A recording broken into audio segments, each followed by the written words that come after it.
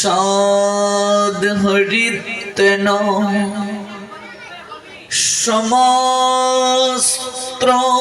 শাস্ত্র রুক্তস্তত ভাবত এব সদ্বি কিন্তু প্রভুর ইয় প্রিয় এব তস্য বন্দে গুরু শ্রী চরণারবিন্দ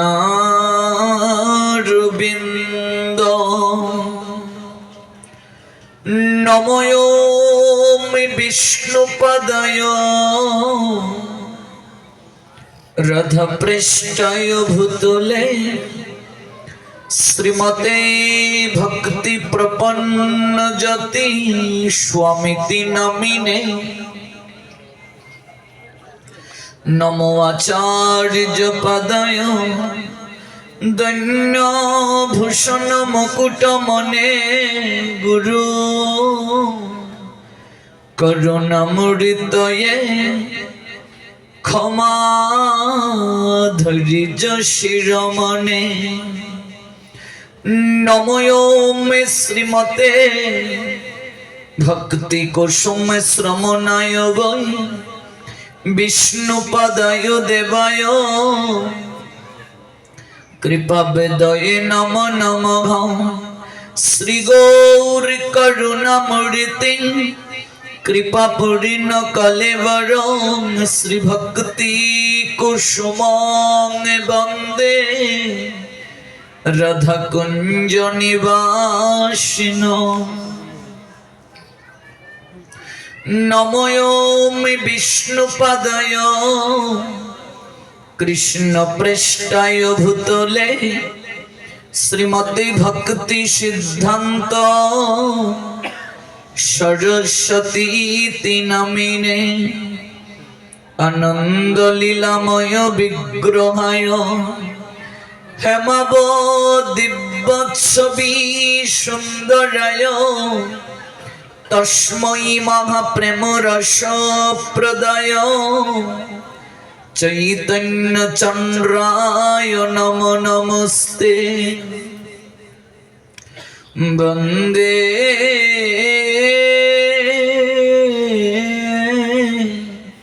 বৃন্দাবন গুরু কৃষ্ণ কমল লোচন বল্লভী বল্লভং দেব শ্রী রাধালিঙ্গিত বিগ্রহ মহাপ্রসাদ জননী সর্ব সৌভাগ্যবর্ধিনী আদিবেদি হরা নিত্য তুলসী ত্বং নমস্তুতে শ্রীরূপী শ্রী সনাতন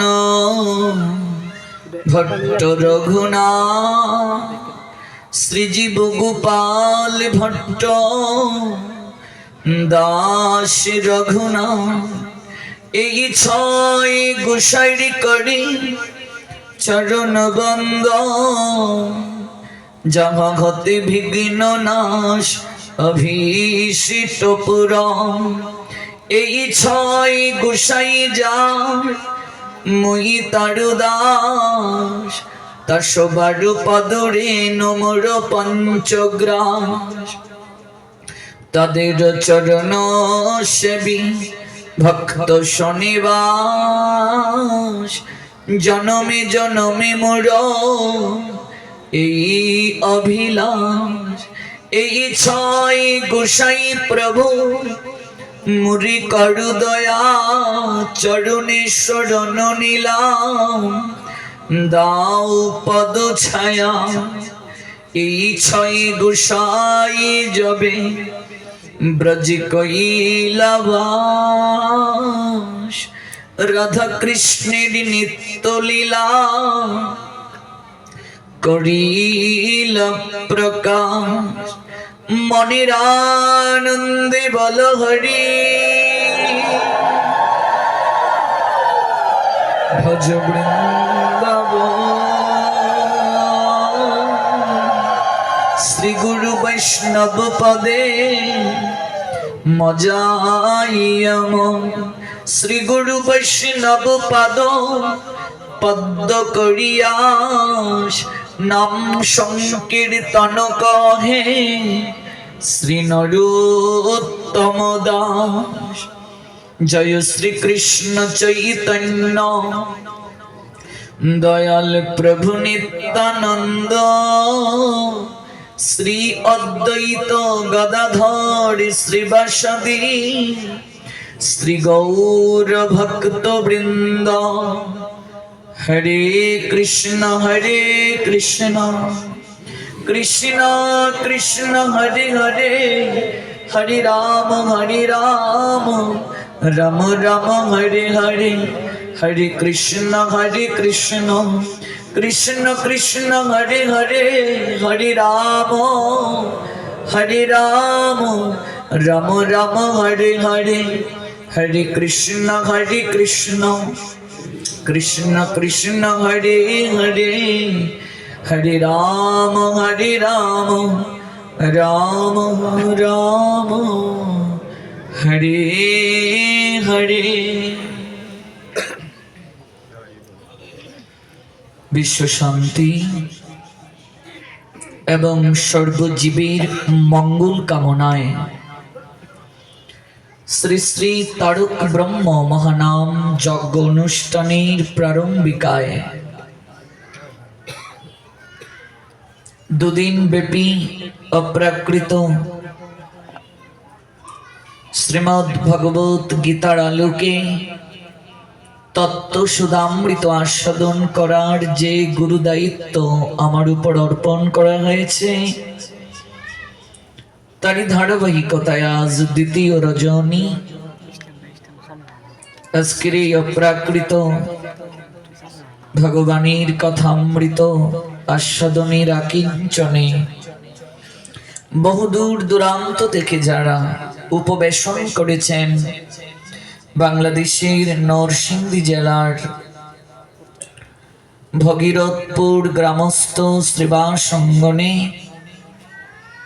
আপনাদের প্রত্যেকের রাতুল রাঙ্গা চরণে আমি অভাজন ভক্তিপূর্ণ প্রণাম নিবেদন করছি।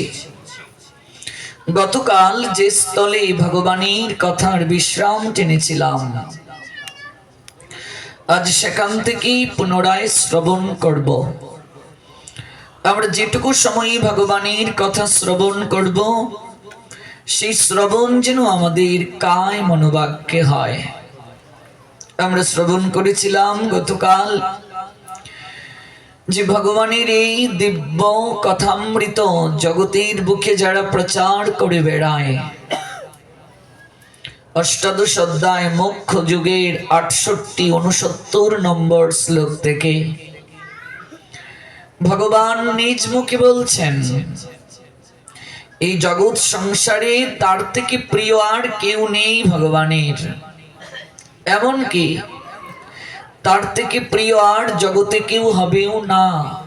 হে অর্জুন, তুমি সংশয় করিও না, তুমি জগৎ জীবকে জানিয়ে দাও সে অবশ্যই আমাকে প্রাপ্ত হবে।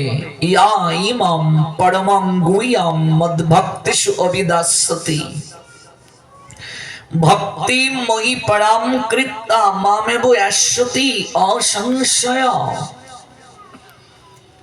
যে ব্যক্তি আমার এই পরম প্রেমময় পরম রহস্যযুক্ত গীতার কথা আমার ভক্তদের কাছে বলবে, জানাবে যারা, আয়োজন করবে যারা, সে আমাকেই প্রাপ্ত হবে, তাতে কোনো সন্দেহ নেই।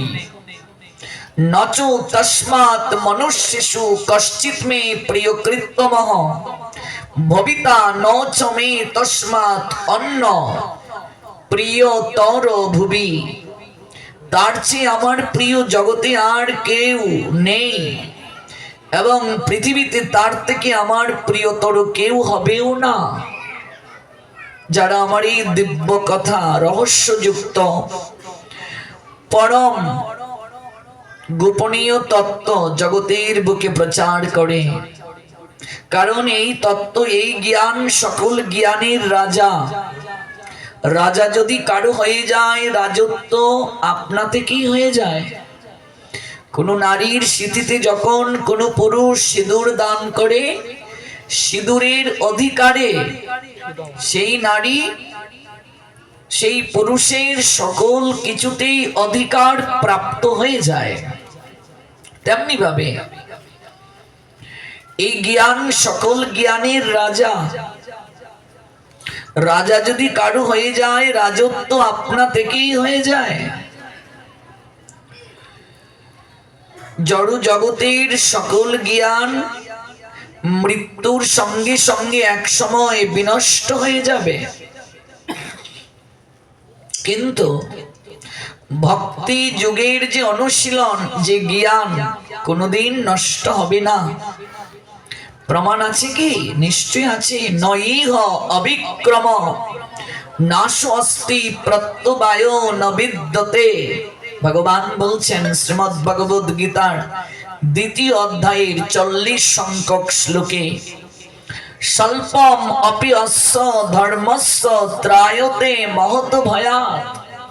শুনো অর্জুন, ভক্তি যুগের অনুশীলন কখনো বিনষ্ট হয় না। এর স্বল্প অনুষ্ঠানও যদি কেউ করে, অনুষ্ঠাতাকে সংসার রূপ মহাভয় থেকে পরিত্রাণ করতে পারে। জড় জগতে আপনি কোনো কার্য করলেন, সেই কার্য সম্পূর্ণরূপে সমাধা প্রাপ্ত হওয়ার পূর্বে আপনি তার যথাযথ ফল প্রাপ্ত হবেন না। আপনি পরীক্ষা দিচ্ছেন, সবকটি পরীক্ষা না দিলে আপনার ফল কৃতকার্য আসবে না। কিন্তু ভক্তি যুগের ক্ষেত্রে আলাদা। কেউ যদি স্বল্প সময়ও ভগবানের কথা শ্রবণ করে, কেউ যদি ভক্তি যুগের স্বল্প অনুষ্ঠানও করে, ভগবান বললেন নইহ অবিক্রম নাশ অস্তি প্রত্যবায় ন বিদ্যতে। ভক্তি যুগের অনুশীলনটার কোনো বিনাশ নেই। জগতে ভক্তি, ভক্ত, ভগবান, এই তিনের বিনাশ নেই। তার স্বল্প অনুষ্ঠান অনুষ্ঠাতাকে সংসার রূপ মহাভয় থেকে পরিত্রাণ করে। ত্রায়তে মহৎ ভয়া, ত্রাণ করে দেয়। The all-powered Supreme Being Krishna said, Srimad Bhagavad Gita, Shankha Yoga, 2 chapter, 40 words. Oh my dear Arjun, please listen attentive what I say.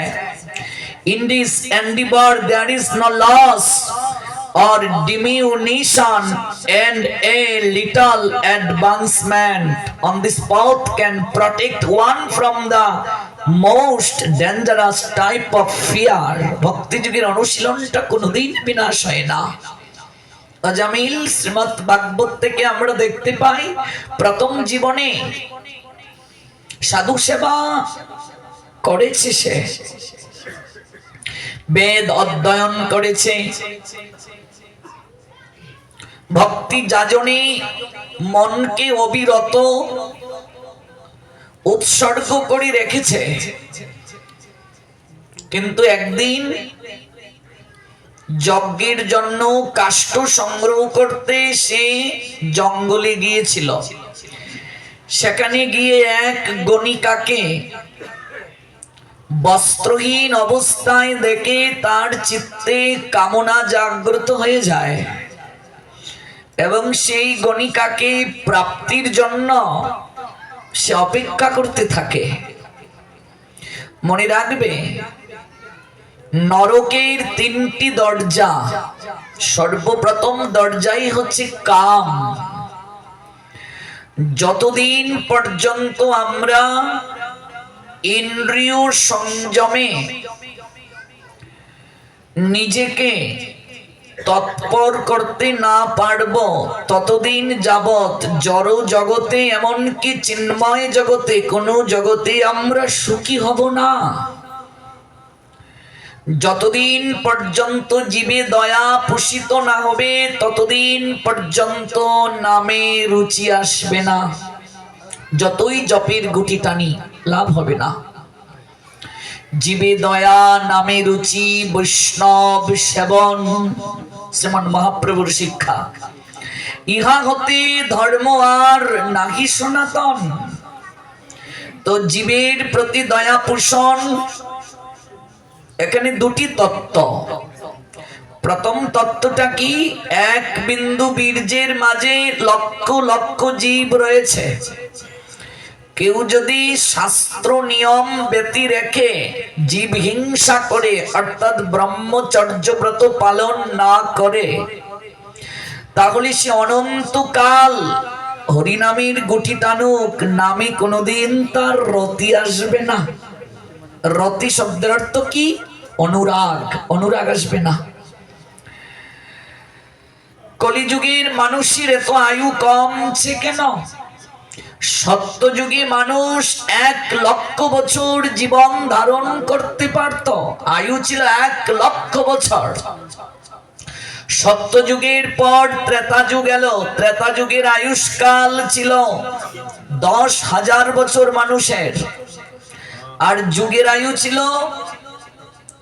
12,96,000 বছর। সত্য যুগের আয়ুষ্কাল 17,28,000 বছর, মানুষের আয়ু 1,00,000। আর ত্রেতা যুগে মানুষের আয়ু 10,000, যুগের আয়ুষ্কাল 12,96,000 বছর। তারপর দাপর যুগ এলো, দাপর যুগের আয়ুষ্কাল 8,64,000 বছর, মানুষের আয়ুষ্কাল ছিল 1,000 বছর। দাপর যুগে মানুষ 1,000 বছর জীবন ধারণ করতে পারত। তারপর যে যুগ চলছে 5,500 বছর মাত্র গিয়েছে যে যুগের, যার নাম কলি। এই কলি যুগের আয়ুষ্কাল 4,32,000 বছর, মাত্র গিয়েছে 5,500 বছর। এই যুগের আয়ু যেমন কম, মানুষের নির্ধারিত কোনো আয়ু নেই। যে কোনো সময় কলিযুগের মানুষেরা মরে যাবে। দাদুর আগে নাতি মরবে, মরছে কি? মায়ের আগে মেয়ে মরবে, মরছে কি? একজন পিতামাতার সবচেয়ে যন্ত্রণাকর দৃশ্য হলো সন্তানের মুখে অগ্নি দর্শন করা। এর থেকে দুঃখ হতে পারে একটা মায়ের, একটা বাবার? কিন্তু কলিযুগে দাঁড়িয়ে দাঁড়িয়ে তা দেখবে মা বাবা।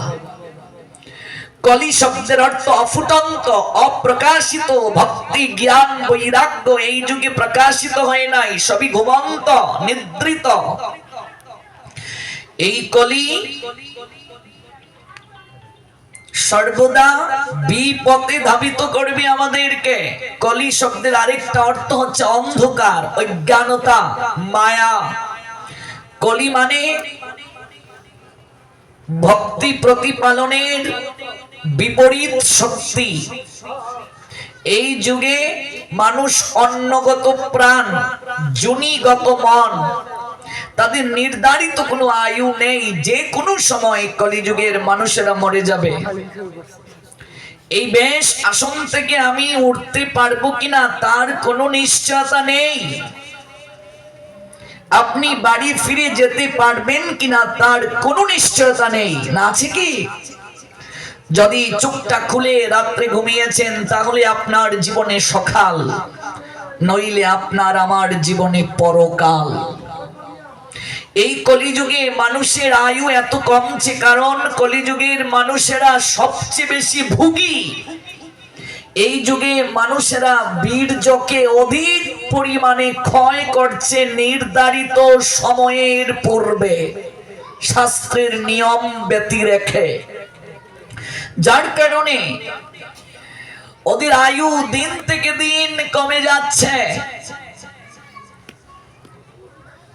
রোগ ব্যাধি যন্ত্রণা একের পর এক শরীরে ভর করছে। কলির লক্ষণ প্রসঙ্গে শাস্ত্র জানিয়ে দিলেন, মানুষের উচ্চতা দিন থেকে দিন কমে যাবে। যাচ্ছে কি? কলির শেষ প্রান্তে মাত্র ৫,৫০০ বছর গেল। কলির শেষ প্রান্তে সবাই ধীরে ধীরে ম্লাচ্ছ হয়ে যাবে, যবন হয়ে যাবে। তাই হচ্ছে, আচরণহীন হয়ে যাবে। সনাতনী হিন্দুকে এক সময় আর খুঁজে পাওয়া যাবে না, সবাই আচরণহীন হয়ে যাবে। এখানে সনাতন ধর্মে জন্ম নিলেই তাকে সনাতন বলা যায় না, হিন্দু বলা যাবে না, যদি তার শাস্ত্রের আচরণ জীবনের সঙ্গে প্রতিপালন না থাকে। কথাটা বুঝতে হবে। আমি যে কথাটা বলেছি, এই কথাটা উপলব্ধি করতে না পেলে বিতর্ক সৃষ্টি হতে পারে। সনাতন ধর্মে হিন্দু সমাজে জন্ম নিলে আপনি সনাতনী হিন্দু নন, যদি আপনার আচরণ না থাকে শাস্ত্রের অনুগত। সনাতন ধর্মের অনুসারীরা সংযম হবে, আহারগত, মনোগত। সনাতনী হিন্দু পরিবারের মানুষেরা কোনোদিন অস্নাত অবস্থায় আহার করবে না। তাই হচ্ছে আজকাল সনাতনী হিন্দু সমাজের ৯০% ছেলেরা দাঁড়িয়ে দাঁড়িয়ে প্রস্রাব করে জল নেয় না, ল্যাট্রিন থেকে এসে মল ত্যাগ করে স্নান করে না। তো জবন তো তারাই, ম্লেচ্ছ তো তারাই। আচরণহীন যারা, যাদের মাঝে আচরণ নেই, মানবতায়, মহানুভবতায়, যাদের হৃদয় কম্পিত হয় না, আচরণে যাদের চিত্ত কখনো সুহৃদতার স্তরে নেই, মানুষের উচ্চতা দিন থেকে দিন কমবে। কলির শেষ প্রান্তে ৪,৩২,০০০ বছর আয়ু, শেষ প্রান্তে ৭ বছরের মেয়ে হবে বাচ্চার মা।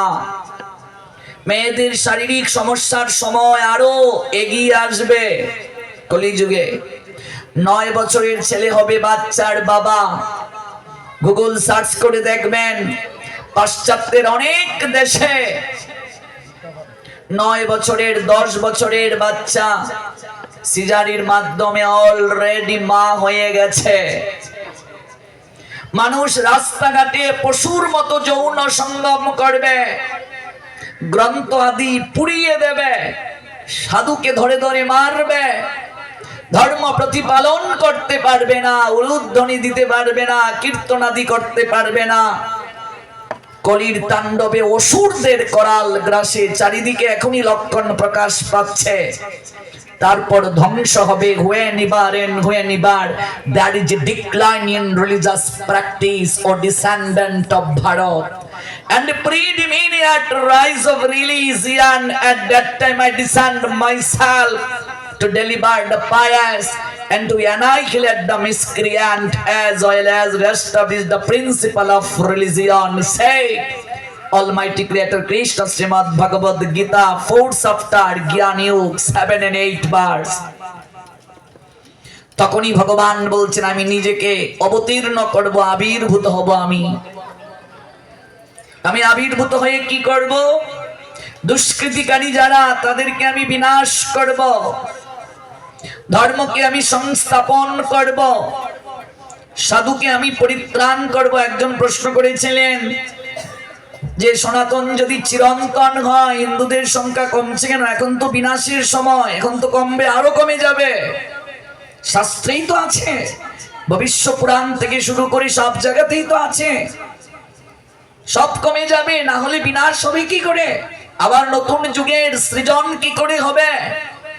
তারাই কেবল রক্ষা পাবে যারা গৌর গোবিন্দের চরণ, গুরু বৈষ্ণবের চরণ আঁকড়ে ধরে থাকবে। ভগবান আসবেন কল্কি অবতার রূপে। তিনি নিজেই প্রতিশ্রুতিবদ্ধ গীতাতে, ইয়াদা ইয়াদা হি ধর্মস্য গ্লানির্ভবতি ভারত অভ্যুত্থানাম ধর্মস্য তদাত্মানাম সৃজাম্যহম পরিত্রাণায় সাধুনাম বিনাশায় চ দুষ্কৃতাম ধর্ম সংস্থাপনার্থায় সম্ভবামি yoge yoge. Whenever there is a decline in religious practice or descendant of Bharat and the predominant rise of religion, at that time I descend myself to deliver the pious and to annihilate the miscreant as well as establish the principle of religion.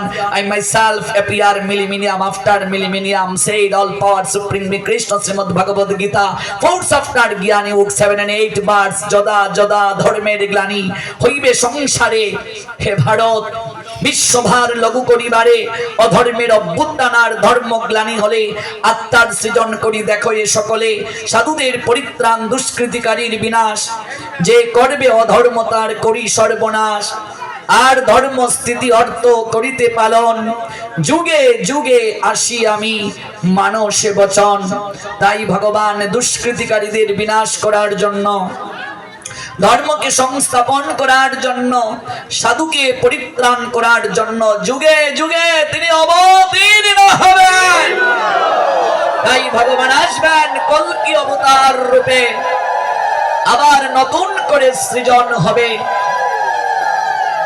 পুরাতনের গ্লানি ক্লেশ কালিমা ঘুচে যাবে এই কলিযুগে আঘাটে ঘাট হবে আপদে পথ হবে যা হওয়ার নয় তাই হবে ভক্তিহীন জ্ঞানহীন বৈরাগ্যহীন আমরা বিষয়ে বাসনায় মত্ত ভুগি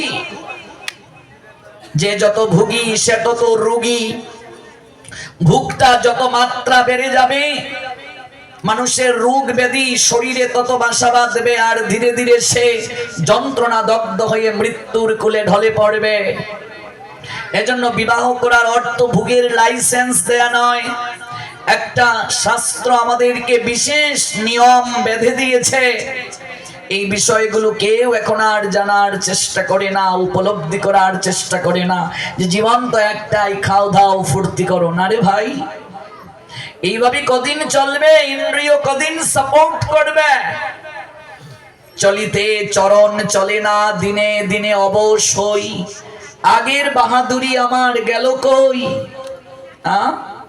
আগের মতো খেতে পারি না বেশি খেলে হজম হয় না আগের মতো নাচে না রঙের বারোই এখানে আমার বাবা কাকা জেঠার বয়সী যারা তারা যখন কৈশোরকালে ছিলেন কিংবা যৌবন অবস্থায় ছিলেন কিংবা আমরাও যখন ছোট ছিলাম এবাড়ির বড়ই গাছে ঢিল দিয়েছি অবাড়ির কাঁচা আম পেরে লবণ দিয়ে কসকস কসকস করে কামড়ে খেয়েছি তোমরাও খেয়েছো না খাওনি তারপর নদীতে গিয়ে ঝাঁপ দিয়ে নামা পুকুরে গিয়ে ঝাঁপ দিয়ে নামা মা জিয়ল বন্দে আয় উঠে আয় কে কার কথা শুনে দৌড়া দৌড়ি শুরু হচ্ছে ঠান্ডা লাগবে কে কার কথা শুনে এখন যদি আমার বাবার বয়সী কাউকে বলি বাবা একটু নেন একটু কাঁচা আম লবণ মরিচ দিয়ে করকর করে খান বলবে বাবারে কত খেয়েছি আমার কোনো মাকে বলি একটু তেঁতুল খাও আমার মা বলে তোরা কি জানিস গাছের ডালে বসে 250 তেঁতুল আমি 10 মিনিটে খেয়ে ফেলেছি এ বলছি খাও বলছি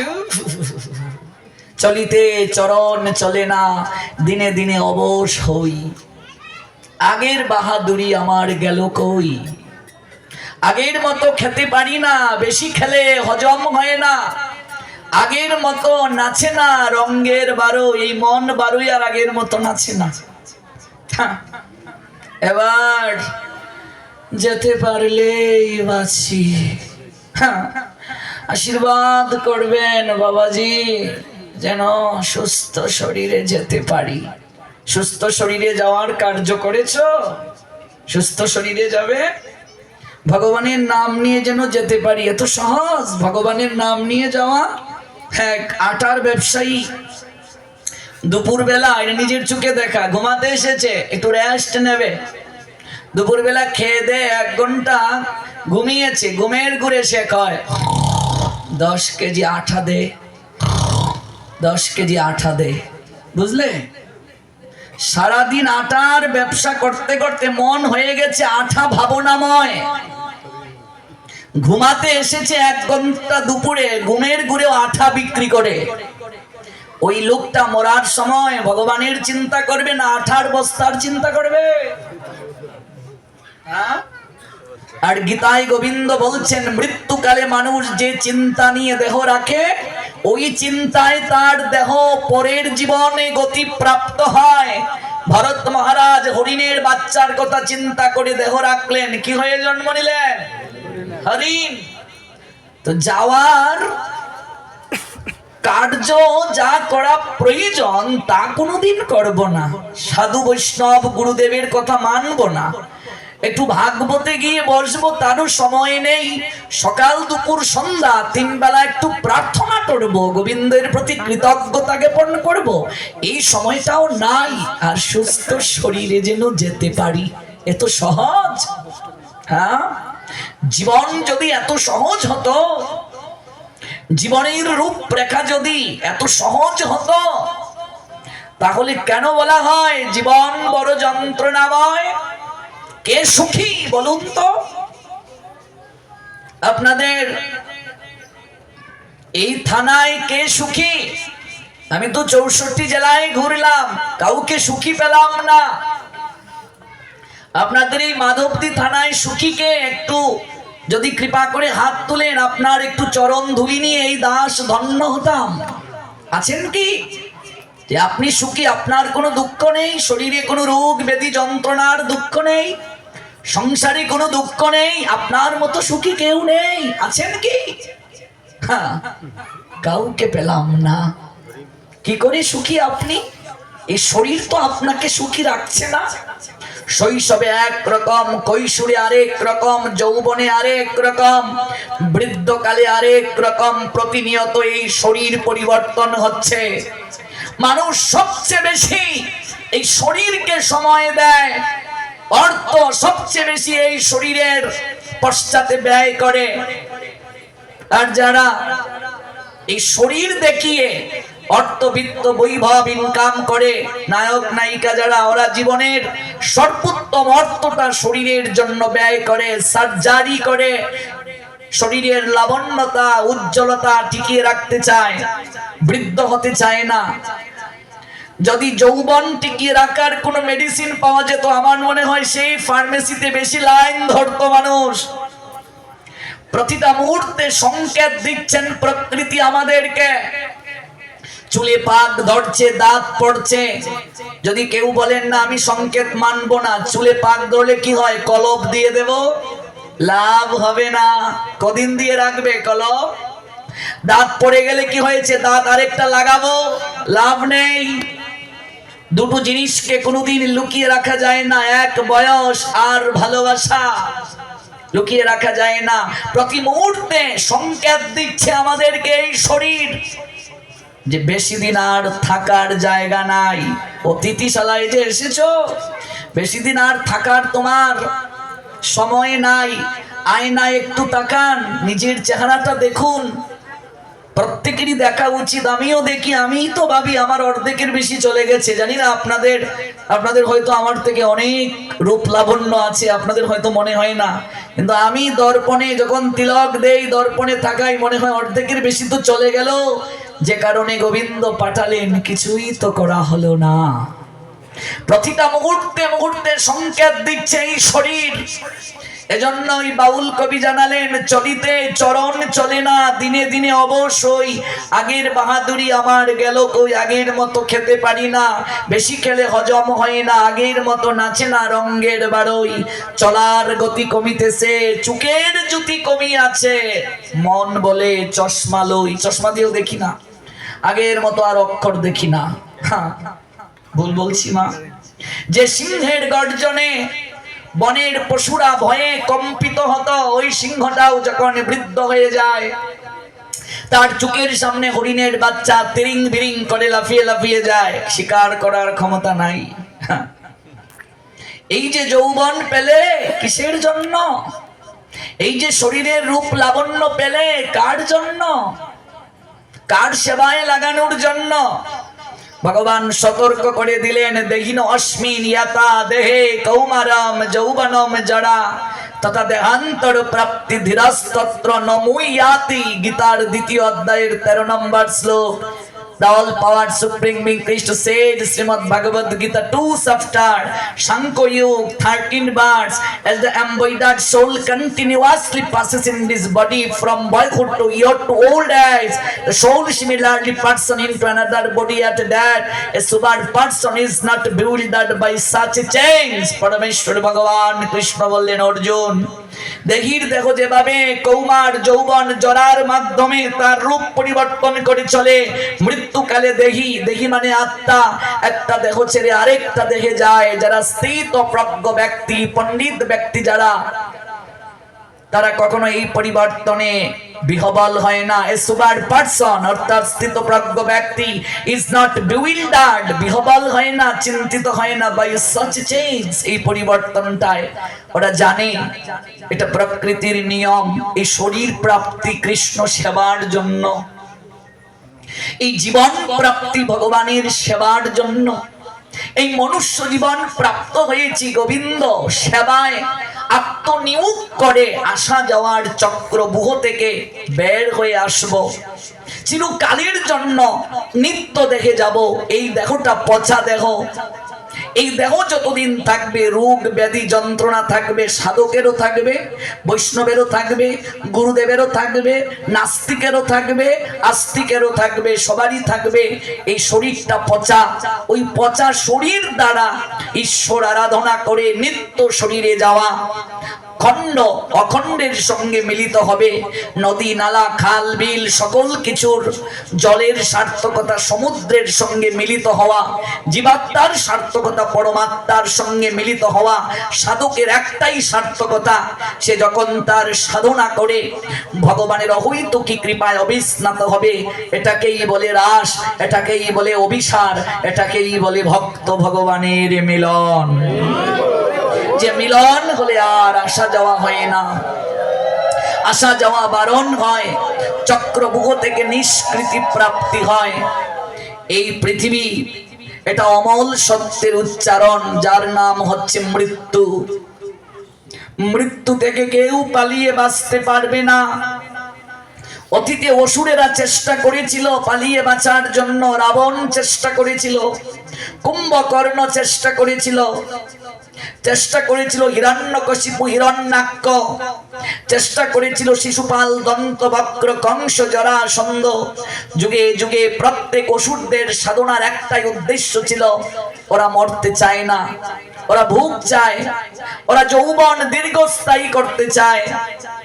এখনো চলছে, অনাদিকাল থেকে মানুষ চেষ্টা করছে মৃত্যু থেকে পালিয়ে বাঁচার। এত সুন্দর করে মানুষ সংসার বাগানে ফুল ফুটায়, কিন্তু এক দমকা মৃত্যু নামক বাতাস এসে সকল কিছুর মূল উৎপাটন করে দেয়। মার্কেটে কত চলছে যাওয়ার সময়, আমাদের সিলেটে 60-70, আপনাদের নরসিংদীর মার্কেট প্রাইস কত?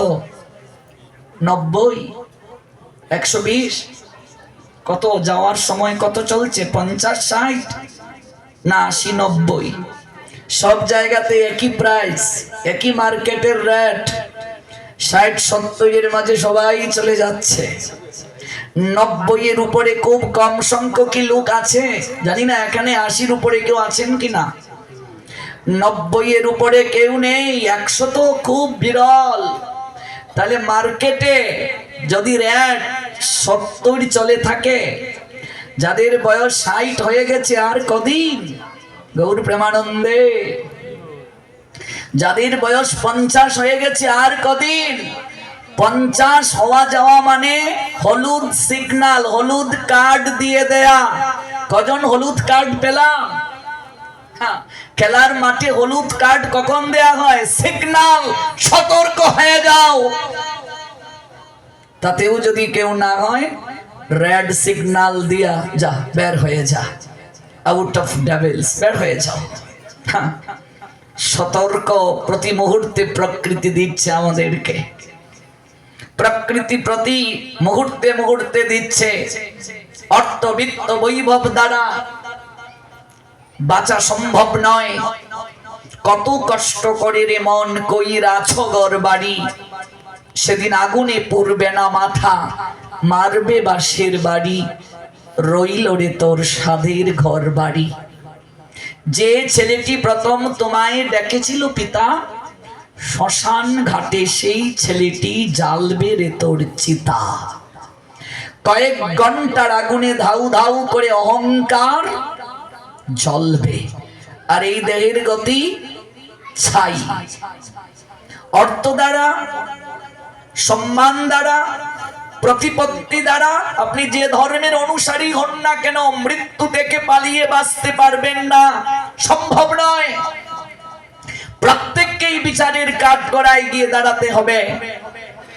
পপ সম্রাট মাইকেল জ্যাকসন, যার নাম আমরা শুনেছি, তিনি 1958 সালের 29শে আগস্ট যুক্তরাষ্ট্রের ইন্ডিয়ানা রাজ্যের গেরি নামক একটা গ্রামে জন্ম নিয়েছিলেন। তার পরিবার ছিল আফ্রো আমেরিকান। তার বাবার নাম জু জ্যাকসন, মায়ের নাম ক্যাটরিন জ্যাকসন। 10 ভাই বোন ছিল তার, তিনি ছিলেন অষ্টম।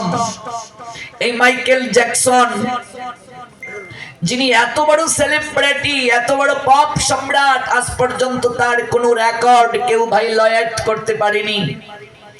তিনি 6টি ব্রিট অ্যাওয়ার্ড প্রাপ্ত হয়েছিলেন, 5টি গ্র্যামি অ্যাওয়ার্ড, 1টি গোল্ডেন গ্লোব অ্যাওয়ার্ড। 39 বার তিনি গিনেস ওয়ার্ল্ড বুকে নাম লিখিয়েছিলেন। 39 বার আজ পর্যন্ত এই রেকর্ড কেউ ভাঙতে পারে নাই। 39 বার গিনেস ওয়ার্ল্ড বুকে নাম লিখিয়েছিলেন। তার এত সম্মান, বিত্ত, বৈভব যখন একের পর এক প্রাপ্ত হওয়া শুরু হলো, তখন তার মনে ইচ্ছে জাগলো, আমি 150 বছর জগতে বাঁচতে চাই। আমার এত সম্মান, এত অর্থ, এত বিত্ত, বৈভব যদি আমি কিছুদিন ভোগ করে না যেতে পারি, এত অল্প জীবনে, এই অল্প জীবনে কি হবে, আমার আরো বাঁচা প্রয়োজন। তাই তার চিত্তে একটা ধারণা জাগ্রত হলো, আমি আরো কিছুটা বছর বাঁচতে চাই। তিনি 150 বছর বাঁচার ইচ্ছে পোষণ করলেন। এই জন্য একটা মেডিকেল বোর্ড বসালেন। 12 জন ডাক্তারকে তিনি ব্যক্তিগত চিকিৎসার জন্য নিযুক্ত করলেন, যাদের কাজ হচ্ছে ঘুম থেকে মাইকেল জ্যাকসন ওঠার পর পায়ের নখ থেকে মাথার চুল পর্যন্ত পরীক্ষা করবে। 12 জন ডাক্তারের কাজ। তিনি যেখানেই যাবেন সঙ্গে সঙ্গে 12 জন ডাক্তার যাবে, পিছনে পিছনে যাবে। 15 জন লোক তাকে প্রতিদিন ফিজিক্যাল এক্সারসাইজ করবে, শারীরিক ব্যায়াম করাবে। এই জন্য 15 জন লোক রাখা হয়েছে। কারোর সাথে তিনি কখনো হ্যান্ড শেক করার সময় দস্তানা পরতেন, মুখে মাস্ক ব্যবহার করতেন। আমরা তো করোনার সময় মাস্ক চিনলাম, তাতেও এখানে মাস্ক, পুলিশ আসলে এখানে, নইলে এখানে, নইলে এখানে। কিন্তু মাইকেল জ্যাকসন তিনি মুখে মাস্ক পরতেন। কারোর সঙ্গে হাত মেলাবার সময়, যাকে বলে হ্যান্ডশেক করার সময় দস্তানা পরতেন। অক্সিজেন যুক্ত বেডে তিনি ঘুমাতেন, যেন শরীরে অক্সিজেন নির্গত হয়। তখন তার মনে প্রশ্ন জাগলো, আমাকে সুরক্ষিত রাখার জন্য শরীরের অঙ্গ প্রত্যঙ্গ সবসময় পরীক্ষা করে আমাকে কনসাস করার জন্য না হয় 12 জন ডাক্তার আমি রাখলাম, কিন্তু কোনো কারণে যদি আমার শরীরের কোনো অঙ্গ প্রত্যঙ্গ ডেস্ট্রয়েড হয়ে যায়, নষ্ট হয়ে যায়, তাৎক্ষণিকভাবে যদি সরবরাহ করা না যায়, তখন আমার কি গতি হবে? তাই কয়েক হাজার লোককে তিনি প্রতি মাসে টাকা দিতে শুরু করলেন, যাদেরকে ডোনার বলা হয়।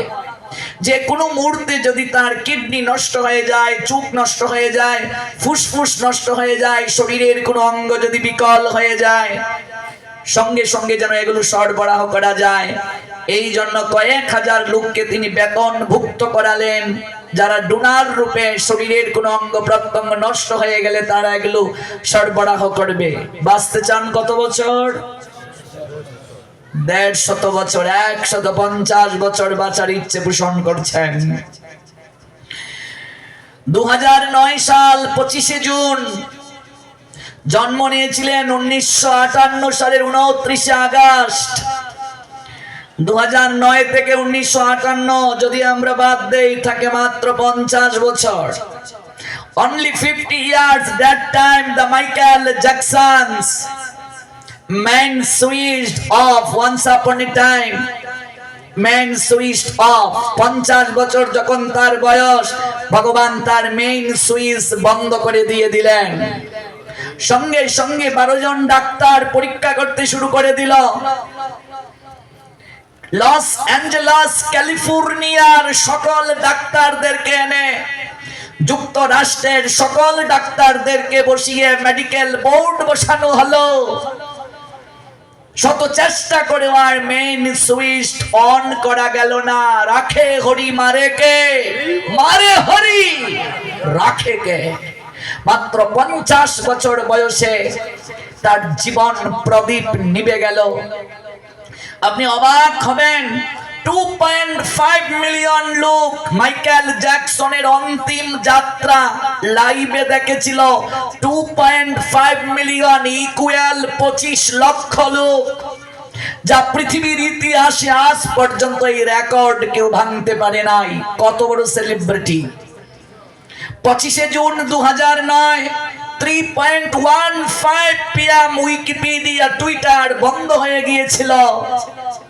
আপনি অবাক হবেন, সারা বিশ্ব থেকে একই সঙ্গে মাইকেল জ্যাকসন সার্চ করেছিল 4 লক্ষ লোক, যার কারণে 2.5 ঘন্টা গুগল জ্যাম হয়ে গিয়েছিল।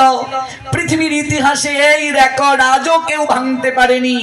একই সময়ে কোনো ব্যক্তির নাম 4 লক্ষ লোক সার্চ করে নাই। মাইকেল জ্যাকসনের নাম একই সময়ে 4 লক্ষ লোক গুগলে সার্চ করেছিল।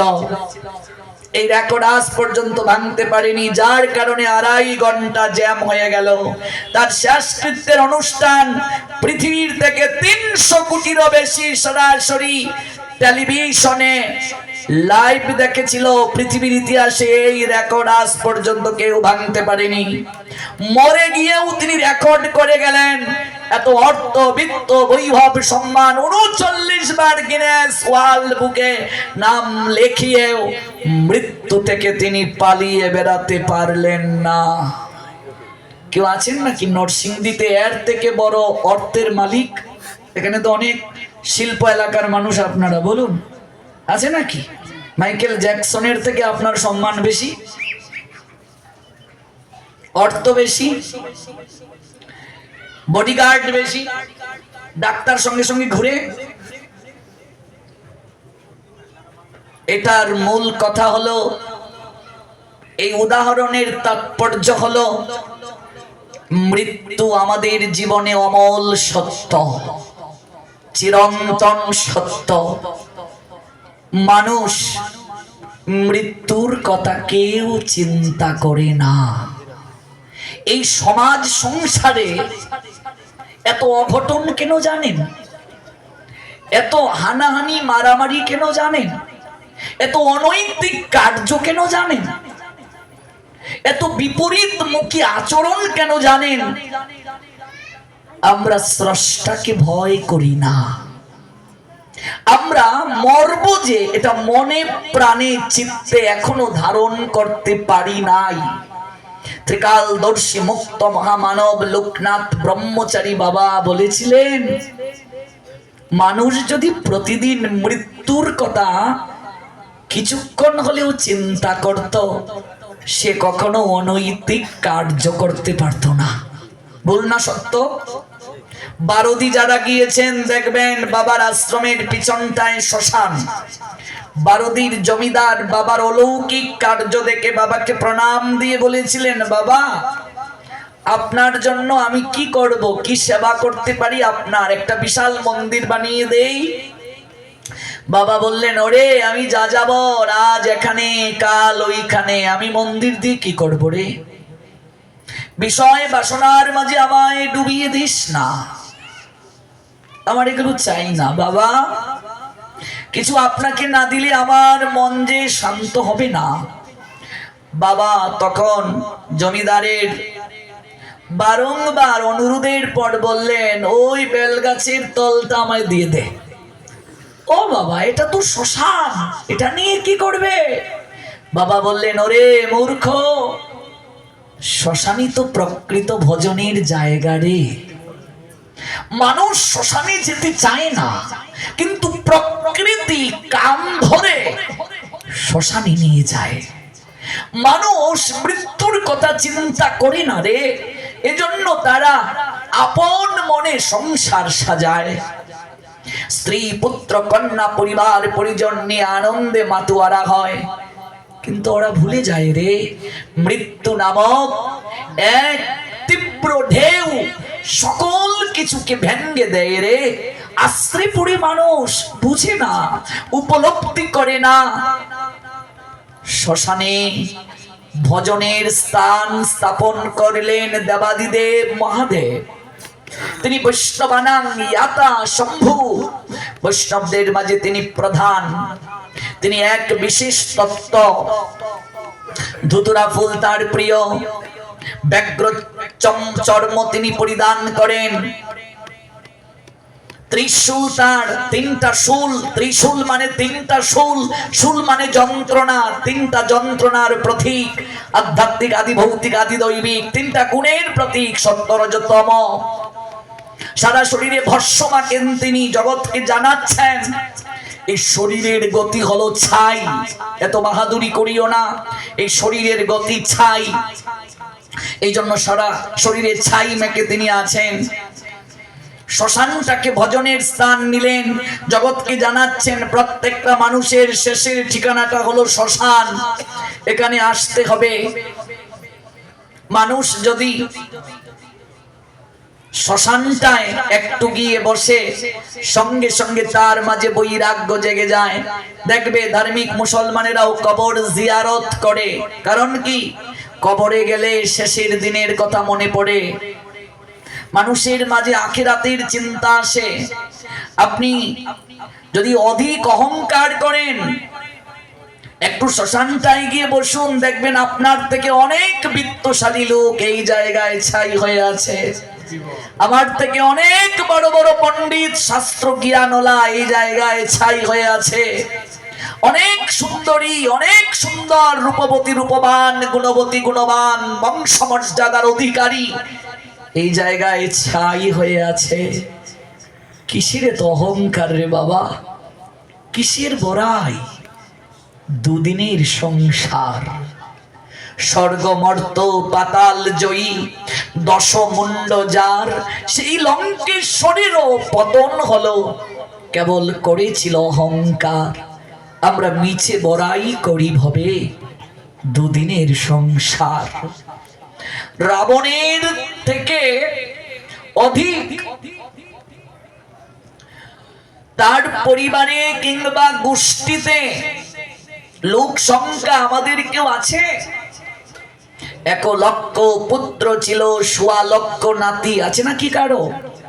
মরতে মরতে কেউ রইল না বংশে জ্বালার বাতি।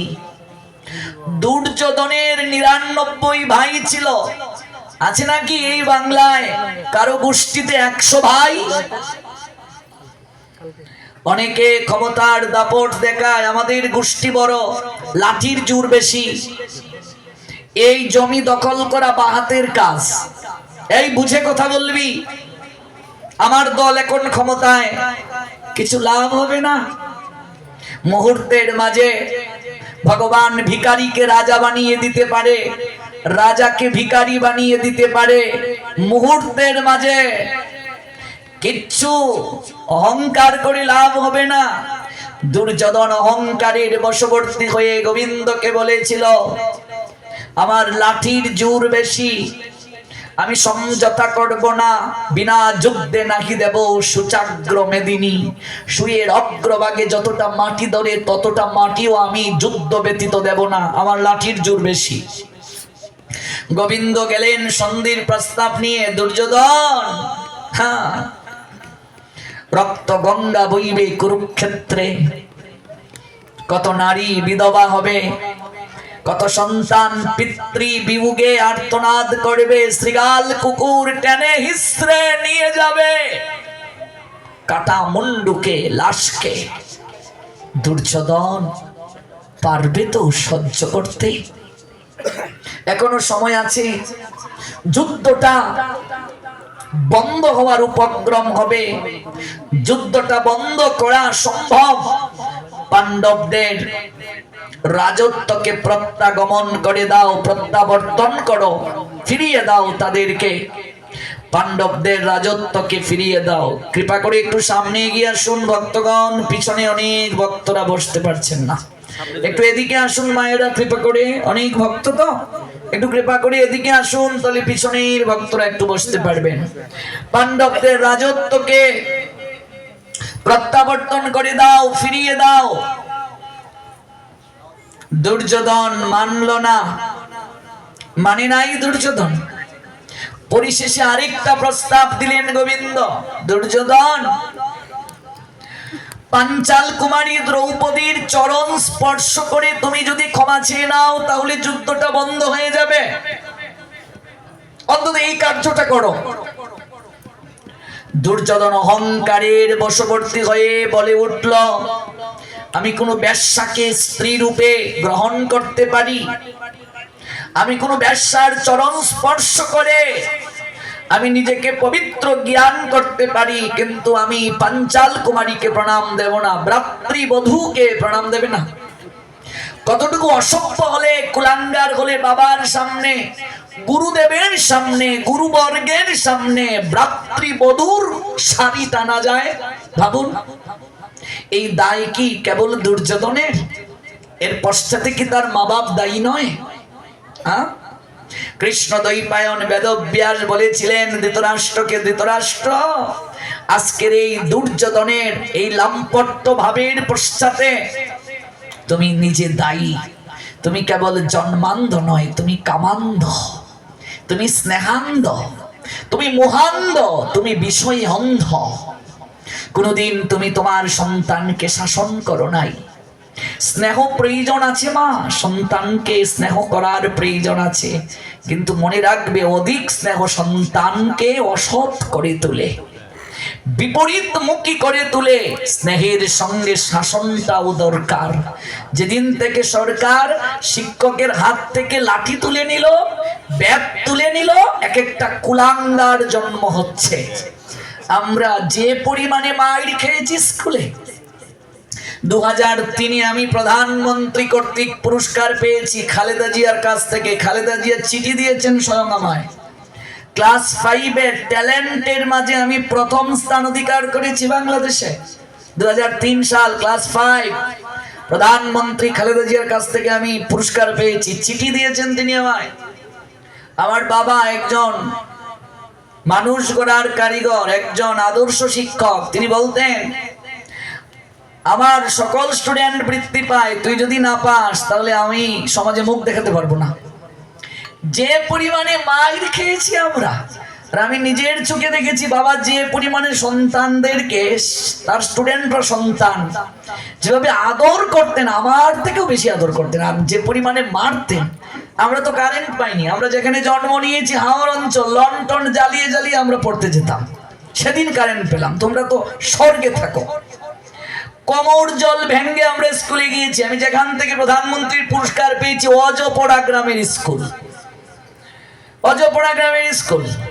আমার বাবার স্টুডেন্টরা এখন ডাক্তার, কলেজের প্রফেসর। এই যে পরিমাণে তারা সন্তানকে অর্থাৎ স্টুডেন্টদেরকে শাসন করতেন। 2006-এ ক্লাস 8-এ আমি বৃত্তি পেয়েছি।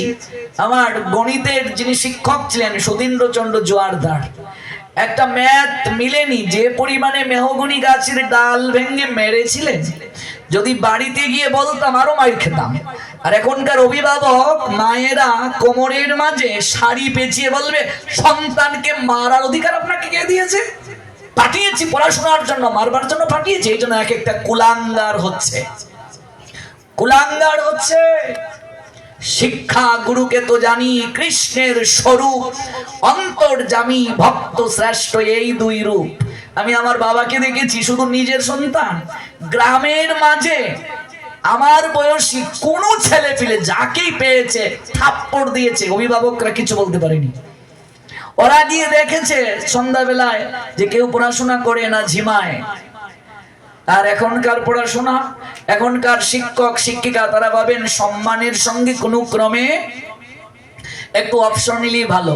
এই সরকার পরিবর্তনের সময় যা দেখা গেল, শিক্ষকদেরকে যেভাবে অপদস্থ করা হচ্ছে, এর থেকে লজ্জা, এর থেকে ঘৃণা একটা শিক্ষিত সমাজ কখনো দেখে নাই, কখনো দর্শন করে নাই। বাদশাহ আলমগীরের সময়ে শাহজাদা তার সন্তান যে মৌলবীর কাছে পড়াশোনা করতে পাঠিয়েছিলেন বাদশাহ হুজুর, প্রাতকালে বাদশাহ দাঁড়িয়ে দেখছেন তার রাজকুমার হুজুরের চরণে কেবল জল ঢেলে দিচ্ছে।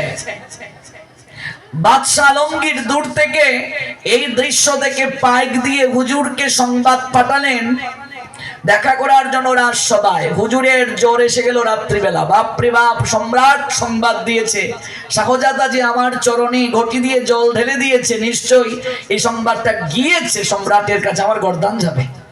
রাজকুমার আমার চরণে জল দিয়েছে। কবিতার নাম শিক্ষা গুরুর মর্যাদা, এগুলো এখন আর বইয়ে নাই, এগুলো বই থেকে তুলে দিয়েছে।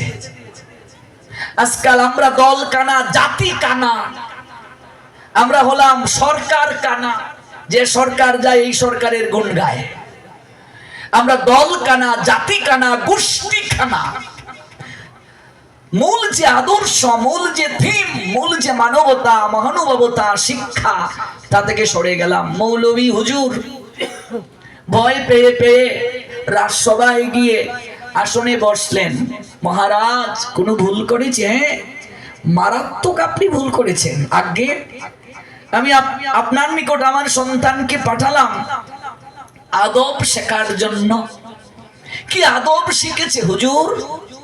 আমি প্রাতকালে দাঁড়িয়ে দেখলাম আমার সন্তান আপনার চরণে ঘটি থেকে কেবল জল ঢেলে দিচ্ছে, আর আপনি নিজের হাতে আপনার চরণকে প্রক্ষালন করছেন, অর্থাৎ ধুয়ে দিচ্ছেন। আমার খুবই কষ্ট হলো এই ভেবে আমার সন্তান কেন আপনার চরণটা নিজের হাতে ধৌত করে দিল না। এই হলো বাদশাহ আলমগীর, এই হলো তার শিক্ষা, আর এই হলো শিক্ষকের প্রতি মর্যাদা। আমাদের শাস্ত্রে চাণক্য পণ্ডিত বলছেন, কারো কাছ থেকে একটা অক্ষরও যদি আপনি শিখেন, পৃথিবীর কোনো অর্থ সম্পদ দ্বারা, দক্ষিণা দ্বারা, প্রতিদান দিয়ে সেই শিক্ষকের ঋণ কখনো শোধ করা যায় না। আমরা এখনো আমাদের প্রাইমারি স্কুলের, হাই স্কুলের স্যারদের রাস্তায় পেলে জুতো খুলে মস্তক অবনত করে মাটিতে পড়ে প্রণাম দেই। এই শিক্ষা সমাজ থেকে উঠে যাচ্ছে কেন? এর জন্য একটা দায়বদ্ধতা আছে পরিবার। আজকে দুর্যোধনের এই অসভ্য হওয়ার পশ্চাতে মা বাবার দায়কে এড়ানো যাবে না। এটাই ব্যাসদেব বলছেন। দুর্যোধনের স্নেহে অন্ধ হয়ে ধৃতরাষ্ট্র গান্ধারী কোনোদিন দুর্যোধনকে শাসন করে নাই, যা বলেছে মেনে নিয়েছে। গুরুকুলে যাবে পড়াশোনা করার জন্য, ধৃতরাষ্ট্র বলছে আমার সন্তানকে আমি বাড়ির বাইরে পাঠাবো, রাজমহলের বাইরে, গুরুকুলে গিয়ে মাটিতে শয়ন করবে, কষ্ট করবে, এটা তো আমি মানতে পারবো না। তো মানুষ হবে? আদর্শ সন্তান পেতে গেলে চারটা জিনিস দরকার। শাস্ত্রীয় নিয়মে বিবাহ, তিথি নক্ষত্র দিনক্ষণ দেখে সন্তান ধারণে প্রবৃত্ত হওয়া, গর্ভ সংস্কার, গর্ভকালীন অবস্থায় মায়ের ভূমিকা, মা যে আচরণ করবে সন্তানের মাঝে প্রকাশ পাবে, যা আহার করবে সন্তানের মাঝে সেটি চেতনা আসবে। এই তিনটা কার্য সন্তান পেট থেকে বের হওয়ার আগেই হয়। পেট থেকে বের হওয়ার পরে মানুষ করতে গেলে একটা সংস্কার থাকে, শাস্ত্র বলছেন এটা হলো সঙ্গ সংস্কার। আপনার সন্তান যার সঙ্গে চলবে তার মতো হবে, যে যার সঙ্গ করে সে তার বর্ণ ধরে। আপনার সন্তানের ভবিষ্যৎ বলে দেওয়া যেতে পারবে আপনার সন্তানের বন্ধু বান্ধব গুলো কেমন দেখলে আপনার সন্তানের ভবিষ্যৎ বলে দেওয়া যেতে পারে। কথাটা বুঝলেন তো? আপনার সন্তানের বন্ধু বান্ধব দেখলেই বোঝা যাবে আপনার সন্তানের ভবিষ্যৎটা কি। বন্ধু বান্ধবের লগে একটা দুইটা টান, তারপর থেকে হয়ে গেল গাঞ্জা আমার প্রাণ, দোস্ত একটা টান দিয়ে দে, না আমার অভ্যাস, এই যুগে তুই সুখ টান দিতে পারিস না, তুই তো ভদ্র সমাজের নয় রে। সুখ টান দিয়ে আমি ভদ্র সমাজের, এটা প্রমাণ করতে হবে। হ্যাঁ, আজকাল বাপ মারা সন্তানকে মন্দিরে পাঠায় না, সাধু সঙ্গে পাঠায় না, সন্তান মা বাপকে নাকি খাওয়াবে না, সন্তান মা বাপকে নাকি দেখাশোনা করবে না। আর সারা রাত হ্যালো হ্যালো বলতে বলতে ওপার থেকে আরেকজন হেলে পড়ে যাচ্ছে, হ্যালো বলা শেষ হচ্ছে না। হ্যালো হ্যালো বলতে বলতে পালঙ্ক থেকে হেলে নিচে পড়ে গেল, আর কত হেলবো। আরে হ্যালো হ্যালো বলছি, তুমি আরেকটু জুড়ে বলো। আরে পাশে তো একজন শয়ন আছে, জুড়ে কি করে বলবো? চার্জ শেষ পাওয়ার ব্যাংক দিয়ে, এবার এমবি শেষ, ফ্ল্যাক্সি লোড নাই, বিকাশে রকেটে টাকা এনে এমবি চলছে, শেষ হচ্ছে না। 15 বছর যাবত এই বাংলার আনাচে কানাচে ঘুরে বেড়াই। কত বিপদগামী যুবক যুবতী আমার পাঠ শুনে জীবনের দিশা খুঁজে পেল। মদ খেয়ে মাতাল হয়ে রাস্তায় পড়ে থাকে। বললাম, কিরে এই মদ কেন খাচ্ছিস? আমাকে বলছে, প্রভু আপনি এগুলো বুঝবেন না। আমি বললাম, কেন? কয়, আপনি এই জগতের না, বুঝবেন না। আমি বললাম, জগৎটা কোনটা তোর জীবনের একটু জানা, বুঝার চেষ্টা করি। বলছে, সোনালি আমায় ছেকা দিয়ে চলে গেছে। সোনালি থাকলে কেউ ক্ষমা করবেন, আপনার নামটা আসলে ওই, এটা বাস্তব ঘটনা তো, কোন জেলার বলবো না, ইন্টারনেটে প্রচার হচ্ছে, কাউকে ছোট করতে চাই না। সঙ্গে আরেকজন তার বন্ধু কয়, প্রভু একটু বুঝান বুঝান, সোনালি গেলে কি হয়েছে? আমি তোরে বুঝাই, রূপালী আছে, তোরে আমি লাইন ধরিয়ে দেব। রূপালী গেলে কাকলি, কাকলি গেলে মিতালি, মিতালি গেলে সইতালি। আমি বলছি, কোনো আলি লাভ হবে না রে।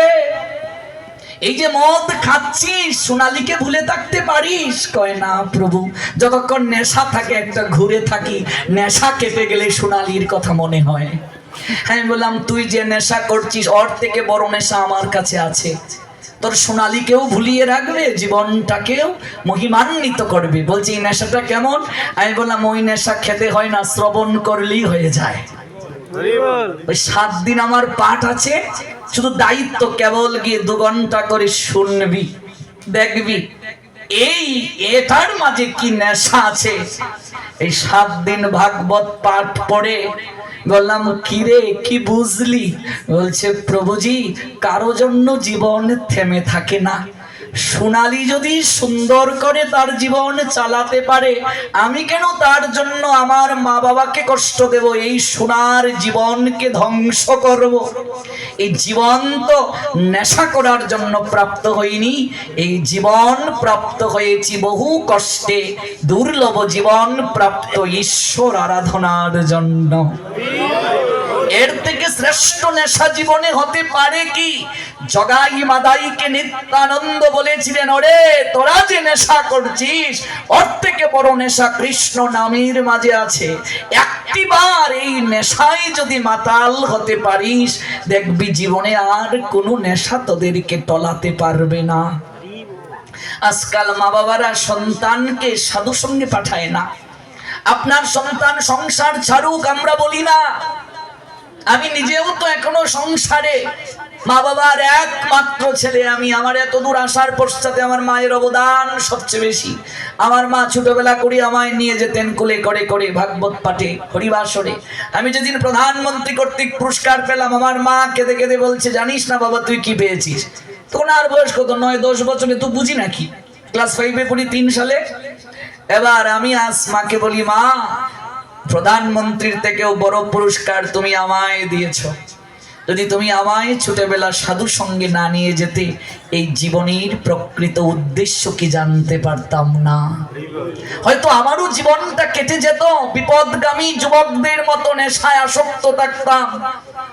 কিন্তু আজ হাজার হাজার ভক্তবৃন্দের চরণধুলি প্রাপ্তির সুযোগ হয়। এর থেকে জীবনে শ্রেষ্ঠ প্রাপ্তি কি হতে পারে রে বাবা? পশু আর মানুষের মাঝে একটা জায়গায় পার্থক্য। পশুকে ভগবান বিবেক দেন নাই, মানুষকে ভগবান বিবেক দিয়েছেন। পশু আহার গ্রহণ করে, মানুষও আহার গ্রহণ করে। পশু নিদ্রা যায়, মানুষও নিদ্রা যায়। পশুর মৃত্যু ভয় আছে, মানুষেরও মৃত্যু ভয় আছে। পশু বংশ বিস্তার করে, মানুষও বংশ বিস্তার করে। তাহলে একটা পশু আর একটা মানুষের মাঝে পার্থক্যটা কোথায়? একটি জায়গায় পার্থক্য, পশুকে মনুষ্যত্ব বোধ দেন নাই ভগবান, মানুষকে দিয়েছেন। বিচার করার ক্ষমতা মানুষকে দিয়েছেন। কি লাগিয়া আইলি ভবে, এই জগতে তুমি কেন এলে? এমন জনমে হরি না ভজিলি, সে তুই মানুষ কবে? মানুষ আকার হইলে কি হয়? করহ ভূতেরও কাম, নহিলে বদনে কেন না বলহ শ্রীকৃষ্ণ গোবিন্দ নাম। এই জীবনে যেভাবে বাক শক্তি দিয়েছেন, কথা বলার এত শক্তি দিয়েছেন, আর কোন জন্মে আছে গো ঈশ্বরের গুণকীর্তন করার এত সুন্দর বাক কথা বলার শক্তি আছে? একটা কুকুর আসতে পারবে কি এই জায়গায়? বসার পরিবেশ আছে, কিন্তু একটা মানুষ, তার পরিবেশ আছে। একটা মানুষ যদি এত সুন্দর কথা বলার শক্তি পেয়ে, বাক প্রকাশের মুখমণ্ডল পেয়ে, সে যদি কৃষ্ণ নাম না করলো, কৃষ্ণ কথা না বললো, তার আর বোবার মাঝে পার্থক্যটা কোথায় রে মা? যে মানুষ দুটো চরণ পেয়ে চরণের ব্যবহার করলো না, সাধু সঙ্গে গেল না, মন্দিরে গেল না, তার আর বৃক্ষের মাঝে পার্থক্যটা কোথায়? দুটো বাহু তুলে যে নৃত্য করলো না, একটু চরণের সদ্ব্যবহার করলো না, হরি গুণগান করে একটু নাচলো না, তার আর পঙ্গুর মাঝে পার্থক্যটা কোথায় রে মা? হ্যাঁ, কোথায় পার্থক্য? অন্ধের মাঝে কোথায় পার্থক্য? আর দৃষ্টিযুক্ত মানুষের মাঝে কোথায় পার্থক্য? যে এই দুটো নয়ন দ্বারা যে গৌর গোবিন্দের বিগ্রহ দর্শন করলো না, গুরু বৈষ্ণব দর্শন করলো না, কোথায় পার্থক্য? আমিও যদি পশুর মতো কেবল আহারের চিন্তায় মগ্ন থাকলাম, ঘুম থেকে উঠলাম, অনেকের তো আবার ব্যাটটি না দিলে ঘুম থেকে ওঠা যায় না। ব্যাটটি বুঝেন তো? বিছানায় বসে বসে বাসি মুখেই একটু চা না খেলে অনেকের ঘুম থেকে ওঠা যায় না। আবার কারো কারো সুক্তান না দিলে বাথরুম টয়লেট ক্লিয়ার হয় না। আবার কেউ কেউ ঘুম থেকে উঠে পেটায় নমঃ, পেটের পূজা নিয়ে ব্যস্ত। বুকে হাত দিয়ে বলুন যারা এখানে এসেছি, গুরুদেবের কাছ থেকে দীক্ষা, আমার তো মনে হয় 50% লোক আছে এখানে। 3 বেলা নিষ্ঠা করা হয়। দীক্ষা কালে শিষ্য প্রতিশ্রুতিবদ্ধ হয়, কথা দেয় যে এই 20 মন্ত্রের সঠিক ব্যবহার করব। মনে রাখবে, মন্ত্রের আজও শক্তি আছে। কুম্ভ মেলা কদিন আগে হয়ে গেল, দেখেছেন তো মন্ত্রের শক্তি কি? অগ্নি স্নান করেছে, আগুনের মাঝে শুয়ে পড়েছে, আগুন কিচ্ছু করতে পারেনি। ব্রিটিশ সাংবাদিক তার প্রতিবেদন প্রচার করেছে, ব্রিটেনের একজন সনাতন ধর্মে কনভার্ট হয়েছে খ্রিস্টান থেকে অলৌকিক দৃশ্য দেখে। কে বলেছে মন্ত্রের শক্তি নেই? গুরুদেব যে মন্ত্র দিলেন, এই মন্ত্র কি উপলব্ধি করেছি? আজকাল কিছু গুরুদেব আছে, তারাও হলো সহজিয়া, পাত্র প্রস্তুত না করে এসে একটা ফু দিয়ে কানে চলে গেল। লুভি গুরু কামি চেলা উভয়ে নরকে গেলা। কলি যুগে গুরুর কথা শিষ্য মানবে না, 99 জন গুরু শিষ্যের কথা মানবে। গুরুদেব বলে গিয়েছেন, বাবা 3 বেলা প্রার্থনা করবে, সন্ধ্যাটা করবে, কার্তিক মাস করবে, রবিবার পালন করবে, একাদশী ব্রত করবে, হরিনাম করবে। শিষ্য বলছে, গুরুদেব এত কিছু পারবো না। অভাব নাই, আপনার এখান থেকে দীক্ষা নিতে গেলে যদি এতগুলো মানতে হয়, আর আমরা যেখান থেকে দীক্ষা নিয়েছি সে তো আরো কঠিন। 4টা আইন মানতে হবে। পশু হিংসা করা যাবে না, অবৈধ যৌন সঙ্গ করা যাবে না, তারপর হচ্ছে বিড়ি সিগারেট খাওয়া যাবে না, তারপর হচ্ছে দ্রুত ক্রীড়া খেলা যাবে না। কত নিয়ম আমাদের, এত নিয়ম মেনে দীক্ষা নেওয়া যায়? দীক্ষার অভাব আছে নাকি? কত জায়গায় আছে কিচ্ছু পালন করা লাগে না, মালাও দেওয়া লাগে না, তিলকও দেওয়া লাগে না, যত পারিস মানুষ ধরে এখানে গিয়ে দীক্ষা নিয়ে নেব। কলিযুগের কার্যটা কি? শিষ্যের কথায় গুরু চলবে। গুরুদেব দেখছেন, ওরে বাপরে বাপ, আমি যদি শাসন করি তাহলে তো আমার এখান থেকে ডাইভার্ট হয়ে চলে যাবে অন্য জায়গায়। তাহলে আমার এখানে শিষ্য আছে, এটাই ভালো, অন্তত বছর শেষে গেলে তো 500 টাকা দক্ষিণা দেবে। লুভি গুরু কামি চেলা উভয়ে নরকে গেলা। শাস্ত্র বলছে, গুরু নামে গরু আর শিষ্য নামে শস্য। গরু যেমন সরিষা অর্থাৎ তৃণকে গ্রহণ করে জীবন পরিচালনা করে, কলিযুগে অধিকাংশ গুরুর রসুকার থাকবে না আর শিষ্যের রসিকার থাকবে না। কথাটা বুঝলে? আগাতে ঘাট হবে, আপদে পথ হবে। কলিযুগের মানুষেরা, বিশেষ করে পুরুষেরা, 1/3 পুরুষেরা বউয়ের কথায় চলবে। সারাদিন গাল মন্দ, দিনেও যদি লাগে দ্বন্দ্ব, নিদ নাই সুপুত্রের, রাতে যদি না পায় বউয়ের গন্ধ। কলিযুগের লক্ষণ প্রসঙ্গে কবি বললেন, মা বাবা যতটা না সম্মান পাওয়ার কথা, তার থেকে কলিযুগে অধিক সম্মান পাবে শ্বশুর শাশুড়ি। ভুল গো? ভাই বোন থেকে শ্যালক শালিকা বেশি সম্মান পাবে। এটা এক অনিয়ম, অঘটন, কলহের যুগ। এই যুগ অবিচার, অনাচার, বেবিচার চারিদিকে যুক্ত থাকবে। মদ মাংসে পুজো পার্বণ করবে, লক্ষ লক্ষ টাকা খরচ করবে প্যান্ডেলে, জাক জমকতায়, কিন্তু আসল যে কার্য, শ্রদ্ধা থাকবে না পূজা পার্বণে, ভক্তি থাকবে না পূজা পার্বণে। পূজার মণ্ডপগুলো বর্তমানে দেখলে মনে হয় নাইট ক্লাব। নাইট ক্লাবে কেউ গেছে, ঠিচে ঠিচে ঠিচে চলছে। আর এই সকল কুলাঙ্গারদের বাপ মা, তাদেরও কোনো জ্ঞান নাই। একটা দিনও বলে না যে জগৎ জননী মা, তার সামনে কখনো হিন্দি গান গেয়ে নাচা যায় না। যত্র বীর্য তত্র পরাক্রম, বীজ যেমন ফসলও তেমন। দেখবে প্রত্যেকটা জায়গায় আজকাল পূজার মণ্ডপগুলোতে যেভাবে তামসিকতা চলছে, অভাব নাই পূজা উদযাপন পরিষদের, হিন্দু বৌদ্ধ খ্রিস্টান ঐক্য পরিষদের ম্যাক্সিমাম আমরা সরকারের পাচাটা দালাল। যারা আসে তাদেরই পাচাটি আমরা।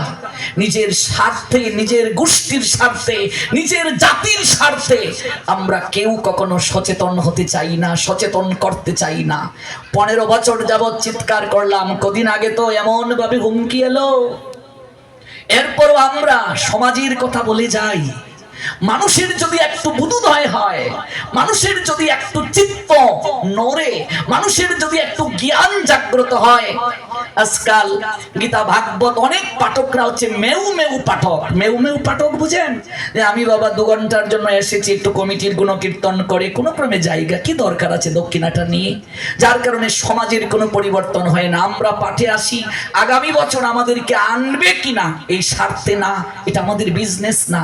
আমাদের বউ নাই, বাচ্চা নাই, পরিবার নাই, আমরা এই পথে জীবন যৌবনকে উৎসর্গ করেছি। জীবনের সকল কিছু উৎসর্গ করেছি, শরীরের যাতনা উৎসর্গ করেছি, যৌবন উৎসর্গ করেছি সমাজের কল্যাণের জন্য। মোহন্তের স্বভাব হয় তাড়িতে পামর, নিষ্কার্য নাই তবু যায় পরের ঘর। আপনাকে একটা উদাহরণ দিচ্ছি, কোন ধর্মের অনুসারীর দিকে তাকান। কোন ধার্মিক মুসলমান মসজিদে, মাদ্রাসায়, মক্তবে, ওয়াজ মাহফিলে তারা কি গজল ব্যতীত কোনো গান বাজায়, কোনো গান গায়? কোন খ্রিস্টানকে দেখেছেন তাদের গির্জায় তাদের ধর্মীয় সঙ্গীত ব্যতীত আর কোনো গান বাজাতে? কোন বৌদ্ধকে দেখেছেন তাদের কোন মন্দিরে তাদের ধর্মীয় গান ব্যতীত আর কিছু বাজাতে?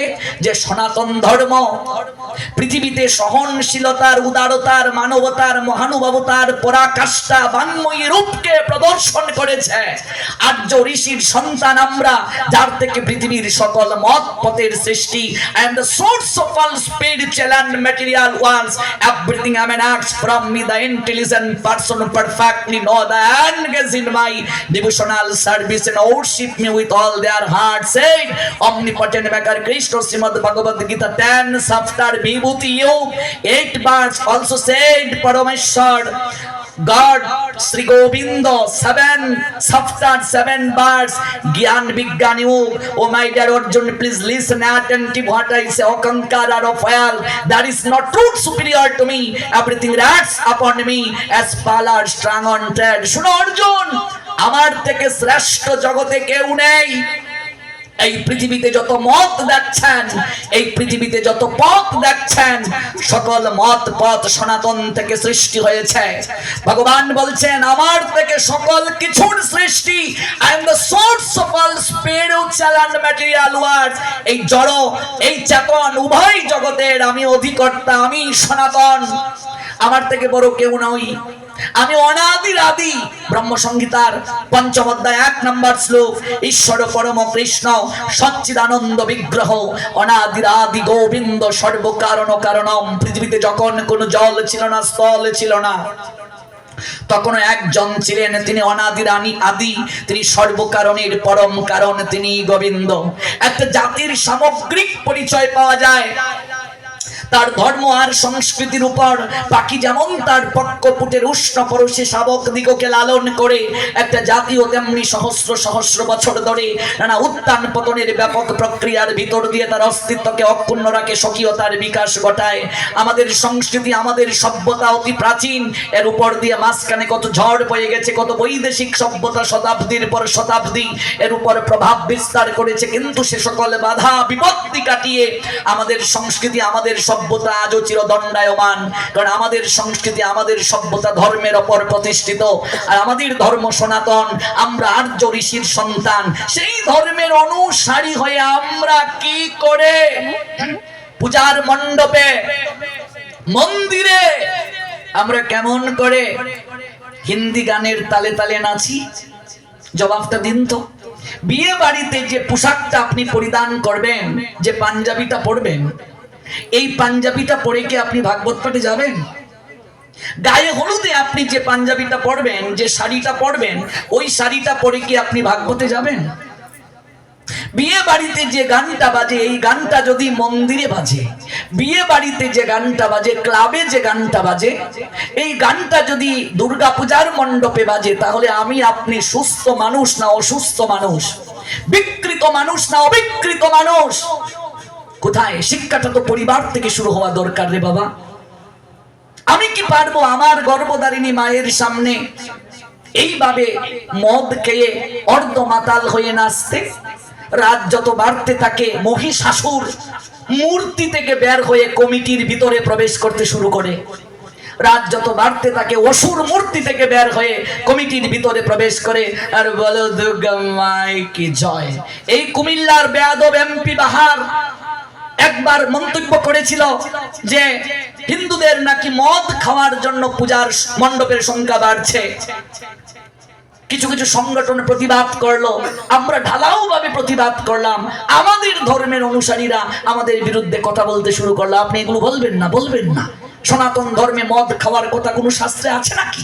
পৃথিবীর কোন ধর্মে মদ খাওয়ার কথা লেখা আছে? আপনি ইসলাম ধর্মে যান, মদ খাওয়া হারাম।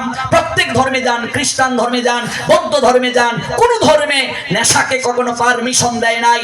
আমাদের ভাগবতে 28 প্রকার নরকের মাঝে একটা নরকের বর্ণনা দেয়া আছে যে মদ খাবে, খাবে দূরের কথা, সনাতনী হিন্দুরা যদি মদ স্পর্শও করে তাহলেও 3 দিন না খেয়ে সূর্য দর্শন করে তাকে প্রায়শ্চিত্ত করতে হয়।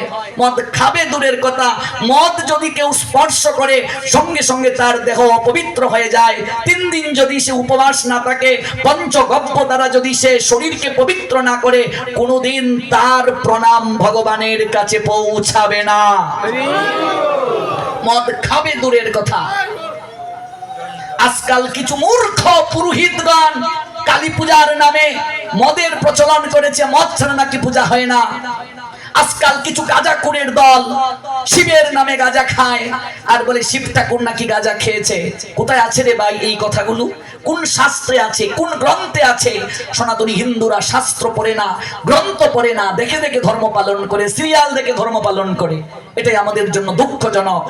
আপনি আপনার জীবন দশায় যতটুকু মদ গ্রহণ করেছেন তার থেকে কোটি গুণ অগ্নি লাভা আপনার মুখমণ্ডলের মাঝে ঢেলে দেয়া হবে। এই মুখ অপবিত্র হয়ে যায়। জ্ঞাত অজ্ঞাত সারেও যদি মদ কেউ গ্রহণ করে, তার জন্য একটাই প্রায়শ্চিত্ত। নিত্যানন্দ প্রভু জগাই মাদাইকে দেখিয়ে দিলেন 1 লক্ষ হরিনাম করে প্রতিদিন প্রায়শ্চিত্ত করা। অথচ কিছু পুরোহিতরা কয় কালী পূজা নাকি মদ ছাড়া হয় না। কোথায় পেয়েছিস তুই এগুলো? মদ কুর্ত মদের বিধান দেবেই, গাঁজা কুর্ত গাঁজার বিধান দেবেই। কোথায় আছে গাঁজা? মহাদেব খায়। আজকাল মহাদেবের নামে কলঙ্ক দেয়া হচ্ছে, দেবতার নামে কলঙ্ক দেয়া হচ্ছে। ভাইরে ভাই, ধর্ম প্রতিপালন যে জায়গা, এটাকে তো মন্দির বলে। আমরা সব জায়গাকে অপবিত্র করেছি, আমরা সব জায়গাকে আমরা অপবিত্রতার স্তরে নিয়েছি। মন্দির পবিত্র জায়গা, যেখানে মানুষ যাবে প্রায়শ্চিত্ত করার জন্য।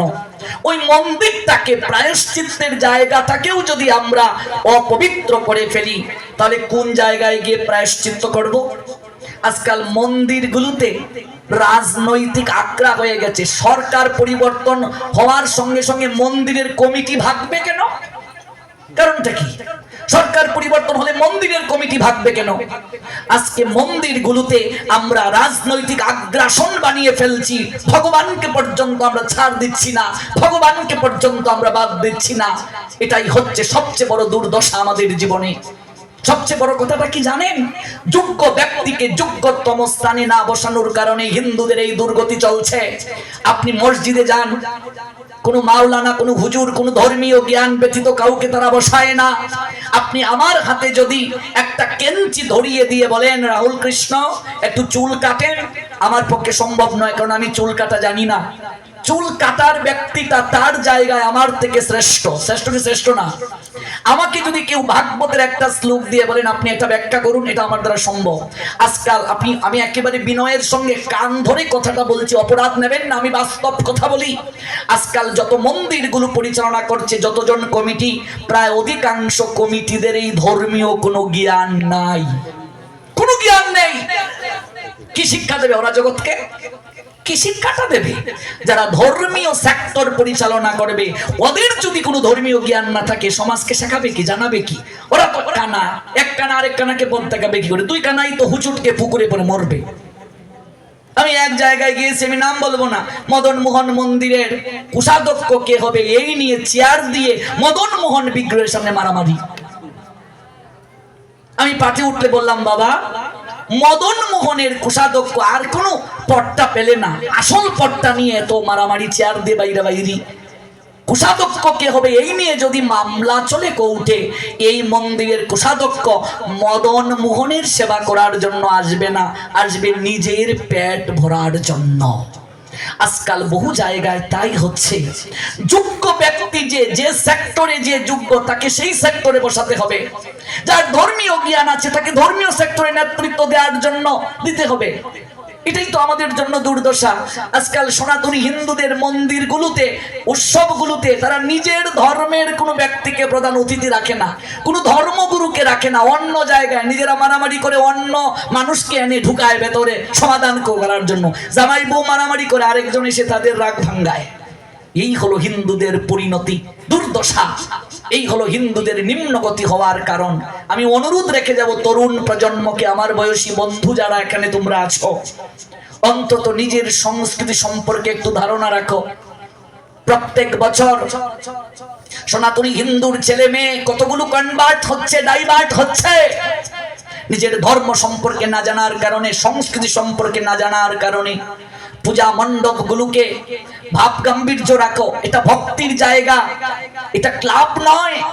পূজাতে শ্যামা সঙ্গীত বাজুক, ধর্মীয় সঙ্গীত বাজুক, চণ্ডীপাঠ হোক।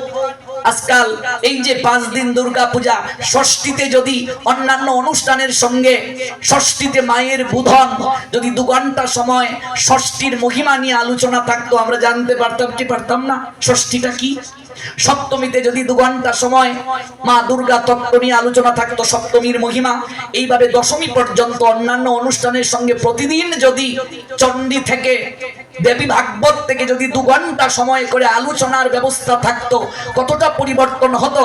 আমরা পূজা করছি লক্ষ লক্ষ টাকা খরচ করে, কিন্তু সেই মায়ের মহিমা তত্ত্ব নিয়ে যদি কাউকে জিজ্ঞেস করা হয়, 100 জনের মাঝে 99 জন তার উত্তরই দিতে পারে না। আমি দক্ষিণবঙ্গের একটা জেলার নাম বলবো না, সেখানে দুর্গা পূজার কমিটির সম্পাদক দুর্গার প্রণাম মন্ত্রটাই পারে না, কিন্তু এমন নেতৃত্ব দিচ্ছে দুর্গার প্রণাম মন্ত্র বলতে পারে না। কি হবে? কানা ল্যাংরা লুলাকে দিয়ে কি হবে সমাজের পরিবর্তন? অন্ধকে দিয়ে কি করে আলোর পথ দেখানো যায় রে বাবা? অন্তত আমি যে সেক্টরটা চালাবো সেই সম্পর্কে তো আমার একটু জ্ঞান থাকতে হবে, একটু পড়াশোনা করা দরকার। আজকাল গ্রন্থ আদি আমরা কেউ পড়াশোনা করি না। কাজে আমার অনুরোধ থাকবে, পাঠের সংখ্যাটাকে বাড়ান। কীর্তন দ্বারা সমাজের কোনো পরিবর্তন সম্ভব নয়, সম্ভব নয়, সম্ভব নয়। আমি কীর্তনের বিরোধী নই, ভুল বুঝবেন না। কীর্তনটা প্রথম না, সর্বপ্রথম হচ্ছে শ্রবণ। শ্রবণের পরে কি কীর্তন? কীর্তন প্রথম না, শ্রবণ প্রথম। শ্রবণ, শ্রবণের পর কীর্তন। ভক্তির 64 অঙ্গের মাঝে সর্বপ্রথমই শ্রবণ। কীর্তনের অবশ্যই প্রয়োজন আছে, কিন্তু কীর্তন কার মুখ থেকে শুনবো, হরিনাম কার মুখ থেকে শুনবো, এটা হচ্ছে বিবেচ্য। আমাদের দেশ থেকে একটু যখন কাঁটাতারের ওপারে যাবে, সেখানে আরো ভয়াবহ অবস্থা। আমি তো প্রত্যেক বছরই যাই ইন্ডিয়াতে পাঠ করতে, গত বছরও 5 মাস ছিলাম।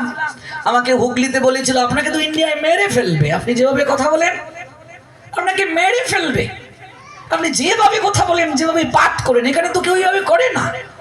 আপনি অবাক হবেন, স্যান্ডেল দিয়ে কলকাতায় একটা প্যান্ডেল তৈরি করা হয়েছে, স্যান্ডেল দিয়ে। ভাবা যায় মানুষ স্যান্ডেল কুলে ঢুকে মন্দিরে, স্যান্ডেল দিয়ে করে একটা শিল্প, আনকমন। তোর মাথা। এই কাকদ্বীপ দক্ষিণ 24 পরগনা জেলার একটা থানা কাকদ্বীপ, এখানে অর্ধনগ্ন মায়ের প্রতিমা, আবার এটাকে 1 নম্বর পুরস্কার দিয়েছে। তার মানে যত কাপড় সুপড় খুলবে তারাই ফার্স্ট হয়। কি অবস্থা, প্রতিযোগিতা নাকি পূজাটা? বহিরঙ্গ দেখে কি কখনো মণ্ডপ 1, 2 এগুলো কেউ মূল্যায়ন করে? ভক্তি প্রেমের দ্বারা ভগবানের কাছে, মায়ের কাছে কতটা তুমি এগিয়ে আসলে, এটাই তো পরীক্ষা। হ্যাঁ, ভক্তিতে তুমি ফার্স্ট হয়েছো, তুমি যে প্রেমাঞ্জলি মায়ের চরণে দিলে, কতটা শরণাগতি জানিয়েছো, কতটুকু এগিয়েছো। আজকাল দুর্গা মণ্ডপগুলোতে, পূজা মণ্ডপগুলোতে গিয়ে আমার বয়সী পোলাপান, আমায় ক্ষমা করবে, আমার বয়সী যারা, সেরা প্যান্ট পরে আমরা যত সেরা 3-4 জায়গায় ছিদ্রযুক্ত জিন্স পরতে পারি, তত স্মার্ট সে বেশি। যত চুলকে আমরা অন্যরকম কালার করতে পারি, আঠা ময়দা মায়েরা যত মাখতে পারে, সে তত স্মার্ট। একটু হাঁটু গেড়ে যে প্রণাম দেবে মাকে, এই সময়টাও নাই। মাকে গিয়ে প্রণাম দিচ্ছে এইভাবে, এই মা তোকে দেখে নেব, এইভাবে প্রণাম। আবার রং সেজে ঢং করে, বলো দুর্গা মাই কি বিজয় বলে আসছে বছর আবার হবে। হবেটা কি রে, কি হবে? এগুলো কি পূজার সঙ্গে, শাস্ত্রের সঙ্গে কোনো সম্পর্ক? আচ্ছা, বিজয়া মানে কি? বিজয়া যে দশমী, এখানে 2টা উৎসব, রামচন্দ্রের বিজয় একটা, আর একটা হচ্ছে মাকে বিদায় দিচ্ছি। ও মা, এই যে বয়স হয়ে গেছে তোমার অনেক, বাবার বাড়ি থেকে এখনো যখন আসো মনটা খারাপ হয় না? হেসে হেসে বের হও, নেন নেছে। আমার মার তো বয়স হয়ে গেছে প্রায় 70-এর কাছাকাছি, এখনো তো বাবার বাড়ি থেকে এলে কাঁদতে কাঁদতে বের হয়। কি গো এত কাঁদো কেন? তুমি এগুলো বুঝবে না, জন্ম মাটি, শিকড় এখানে, শৈশব এখানে, কৈশোর এখানে, যৌবনে পড়েছি এখানে, তুই এগুলো বুঝবে না। তাহলে যে মাকে আমি বিদায় দিচ্ছি, যে মা 5 দিনের জন্য এলেন বাবার বাড়িতে, দেবী পার্বতী শুধু কৈলাসের অধিষ্ঠাত্রী দেবী না, বাঙালিদের পরিবারে আমার উমা পার্বতী, আমার ঘরের মেয়ে, তিনি এলেন 5 দিনের জন্য, তাকে বিদায় জানাবো। এটা কি ব্যাঙ্গের মতো লাফানোর জায়গা? যথার্থ সন্তান মাকে বিদায় দিলে হাসে না কাঁদে? কে বুঝাবে বলুন, কে জানাবে এই কথাগুলো, কে তত্ত্বগুলো বলবে জগৎকে বলুন? এই জন্য এখানে যারা আমরা সুশীল সমাজ এসেছি, আমাদের কি দায়বদ্ধতা নাই? এখানে তো অধিকাংশ লোক বিভিন্ন কমিটিতে আছো পূজার মণ্ডপে, কেন পূজার মণ্ডপগুলোতে কি প্রতিদিন 1.5-2 ঘন্টা করে মায়ের তত্ত্ব নিয়ে আলোচনার ব্যবস্থা রাখা প্রয়োজন না? উচিত নয়? জানবো কি করে মায়ের কথা, মা তত্ত্বের কথা? পূজা শব্দের অর্থ প্রশংসা। আচ্ছা, আমি আপনাদের বাড়িতে এলাম, 2 দিনের অতিথি আমি, আমার যদি কানের সামনে এই 2টা বক্স বারবার বাজতে শুরু করে, ফিচে ফিচে, আমি কি খুশি হব? হব গো? মা দুর্গা এলেন, তাকে সঠিক সময়ে ঘুমাতে দিতে হবে, 12টার আগে মাকে নিদ্রা দিতে হবে। আজকাল শহরগুলোতে সারা রাত পূজা দেখতে মানুষ বের হয়, মা ঘুমাবে কখন? কখন ঘুমাবে? 4টায় মাকে জাগাতে হয়, আরতি করতে হয়। এখানে আমার বাবা কাকা জেঠার বয়সী যারা, ওরা যখন ছোট ছিলেন, আমার কথায় একমত হবেন আপনারা, পূজার মণ্ডপের সংখ্যা তখন কম ছিল না? ভুল বলছি বাবা? মানুষের মাঝে শ্রদ্ধা ছিল তখন, ভক্তি ছিল তখন। মানুষ 10 গ্রাম হেঁটে গিয়ে একটা নাম কীর্তনে যেত। কলা পাতার মাঝে মানুষ খিচুড়ি খেত, আমরাও খেয়েছি ছোটবেলা। তারপর কলা পাতা থেকে এলো সমিতির থাল, সিলভারের থাল, থালা বুঝেন? তারপর এলো স্টিলের থালা। যেদিন থেকে 1 টাইম প্লেট হলো, পূজা পার্বণ যজ্ঞ অনুষ্ঠান সম্পর্কটা, খেয়ে যেমন 1 টাইম প্লেট ফেলে দেয়, সম্পর্কটা 1 টাইম হয়ে গেল। আজকাল সাধুদেরকেও মানুষ 1 টাইমে খাওয়ায়। গুরুদেব বৈষ্ণব সাধুরা এলো 1 টাইমে দেয়, একটা থালা নাই বাড়িতে, এর থেকে লজ্জার কি হতে পারে? যেদিন থেকে 1 টাইম শুরু হয়ে গেল, সম্পর্ক 1 টাইম, যজ্ঞ 1 টাইম, ভগবানের সঙ্গে সকল কিছু 1 টাইম। আজকাল এমন একটা জায়গায় আমরা পড়ে গেছি, আগেরকার সময়ে পূজার সংখ্যা কম ছিল, মানুষের মাঝে শ্রদ্ধা ছিল, মানুষের মাঝে ভক্তি ছিল, অনুরাগ ছিল। ধূপ দ্বীপে সন্ধ্যাবেলা আরতি করত, নয়নের জলে মানুষ মাকে শ্রদ্ধাঞ্জলি দিত, প্রেমাঞ্জলি দিত। আজকাল পুরোহিত ঠাকুর দাদা চিৎকার করে বলে, এই বক্সটা বন্ধ কর, মন্ত্রটা বলতে পারছি না। এমন একটা জায়গায় আমরা গেলাম, 3-4 মাস নয়, 3-4 বছর নয়, বর্তমানের কথা বলছি, বর্তমানের কথা বলছি। অদূর ভবিষ্যতে পূজা থাকবে, এটা ফ্যাশন হবে, মায়ের প্রতি শ্রদ্ধাঞ্জলি আর হবে না। 12টার আগে মাকে নিদ্রায় দিতে হবে, ভোর 4টায় তাকে জাগাতে হবে, আরতি করতে হবে, সঠিক সময়ে তাকে শয়নে দিতে হবে, সঠিক সময়ে তাকে আহার দিতে হবে। আপনার বাড়িতে আমি এলাম, মিষ্টি মিষ্টি কথা বললেন, আপনি আমাকে খাবার দিলেন না, আদর করলেন না, আমি আসবো না কি আর দ্বিতীয় বছর? তাহলে মাকে 5 দিনের জন্য আমন্ত্রণ করলে, যে পূজার মণ্ডপে মায়ের অনাদর হলো, মা কি আর আসবে নাকি? এই মূর্তিগুলোতে একটাতেও তো ঠাকুর নাই। আমি চ্যালেঞ্জ করে যাচ্ছি, বলে আমার কথা খণ্ডন করুন দেখি কোন পণ্ডিত আছে। একটাতেও মা থাকে না, আমি বলে গেলাম। শাস্ত্র বলেছে কোন মূর্তিতে প্রতিমা হয়। বিবেকানন্দের ভাষা কি? পুতুল পূজা করে না হিন্দু, কাঠ মাটি দিয়ে গড়া, মৃন্ময়ী মাঝে চিন্ময়ী হেরে হয়ে যায় আত্মহারা। মৃন্ময়ীর মাঝে যে আপনি চিন্ময়ী দর্শন করবেন, সেই প্রতিমাটা তো সেভাবে তৈরি করতে হবে। আজকাল দেখবে এক জায়গায় পা এইভাবে, ঠ্যাং এইভাবে, কি আশ্চর্য! মাটির শাড়ি কোন শাস্ত্রে আছে মাকে পরানোর কথা বলা হয়েছে? মাটির দিয়ে যে শাড়ি দেওয়া হচ্ছে, ফ্যাশন দেওয়া হচ্ছে, ঠ্যাং বাঁকা। একটা পূজার মণ্ডপে দেখবে 2টা 3টা 4টা অসুর বানিয়ে রাখা হয়। আমি জানি না এখানে এই নরসিংদীর পূজার মণ্ডপগুলোতে 1 2 3 4টা অসুর বানানো হয় কিনা। যে মন্দিরগুলোতে অসুর বেশি বানানো হয়, বুঝবে এই জায়গায় অসুরের সংখ্যা বেশি। অসুর দিন দিন বাড়ছে। এক জায়গায় 1000 হাত দিয়ে দুর্গা প্রতিমা বানানো হলো। আমাকে একজনে কল দিয়ে বললো, প্রভুজি মার তো হাত জানতাম 10টা, এখানে তো 1000। আমি বললাম, কি বলতাম রে বাপ, এগুলো তো চিৎকার করে করে পাটি মুখে ফেনা উঠে যায়। কিছু লোক আবার এগুলো শুনলে তাদের গায়ে কাটা হয়, কাটলে পরে লবণ দিলে যেমন জলে তাদের জলে। আর কত বলতাম। তবে একটা কথা জেনে রাখ, আগে অসুরের সংখ্যা কম ছিল, মা 10 হাত দিয়েই সব কাজ করতে পারতেন। এবার অসুরও বাড়ছে, হাতের সংখ্যাও বাড়ছে। এই যে অসুর, মহিষাসুর কেউ নয়, আমার আপনার মাঝে আসুরিক যে গুণ, এটাই হলো অসুর। গীতায় বলা হয়েছে দৈবাসুর সম্পদ বিভাগ যুগে। কি যে তত্ত্ব, কি যে গভীর তত্ত্ব, এগুলো জানতে হবে। এখনো আমরা বাংলাদেশের লোকেরা অনেক ভালো, কলকাতার অবস্থা আরো ভয়াবহ, আরো ভয়াবহ অবস্থা।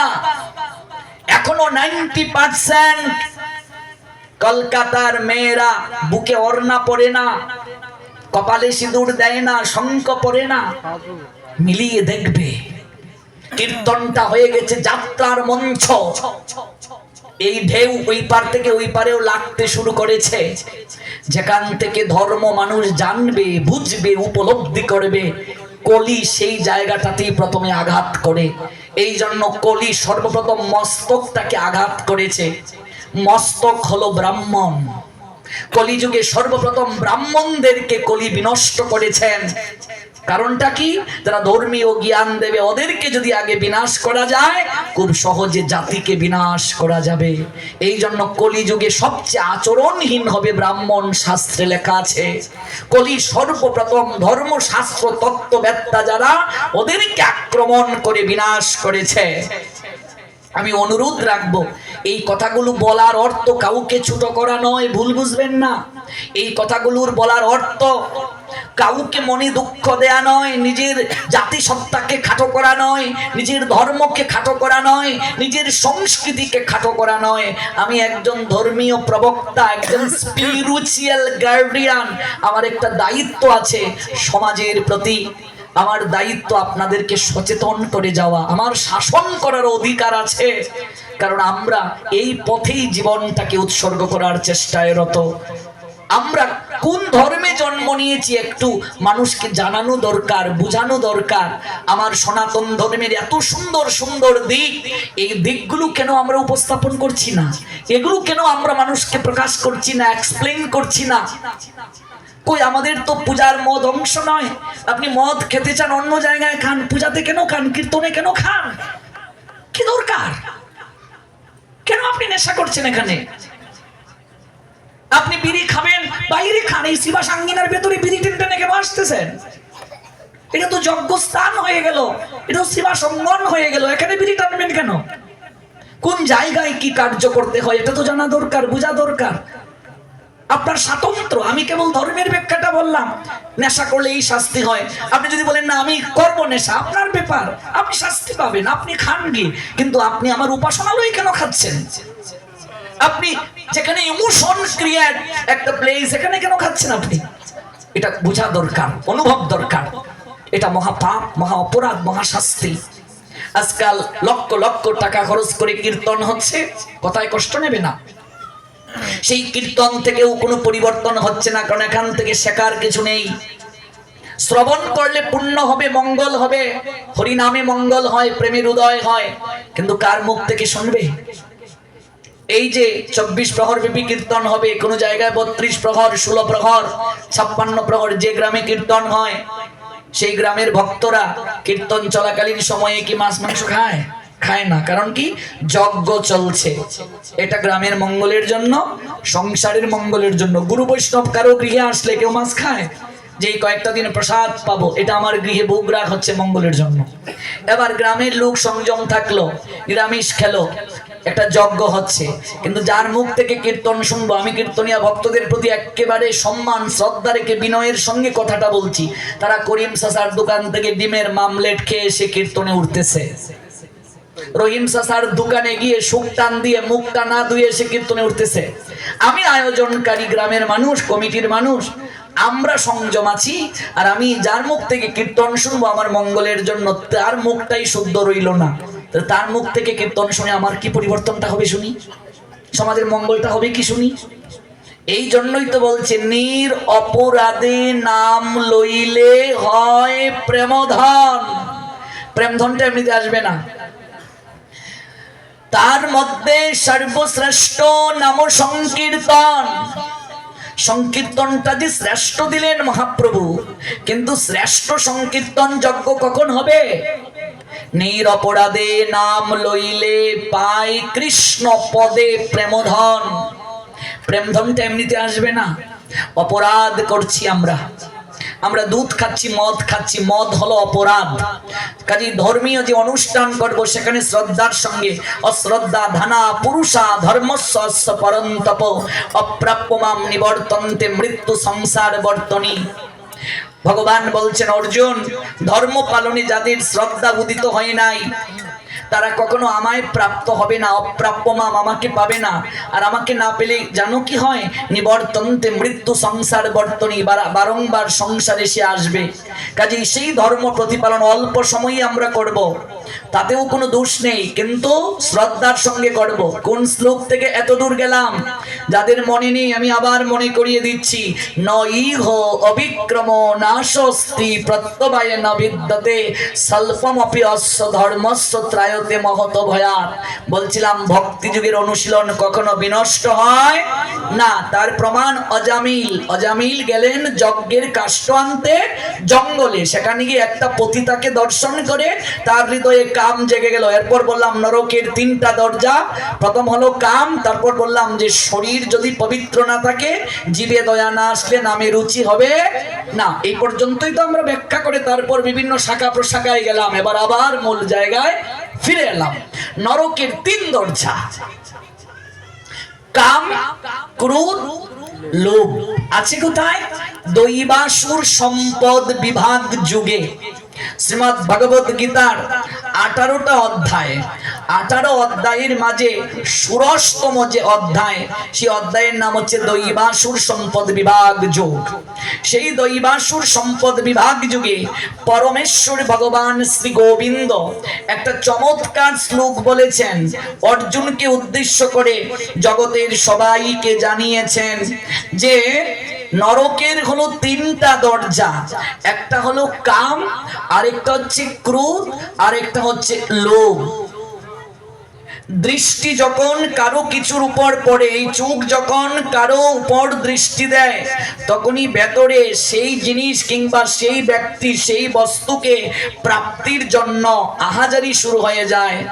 প্রাপ্তি থেকে মানুষের মনে ভোগের ইচ্ছা পোষিত হয়। ভোগ করলে তখন অতৃপ্তি আসে, আর না প্রাপ্তি হলে ক্রোধ হয়।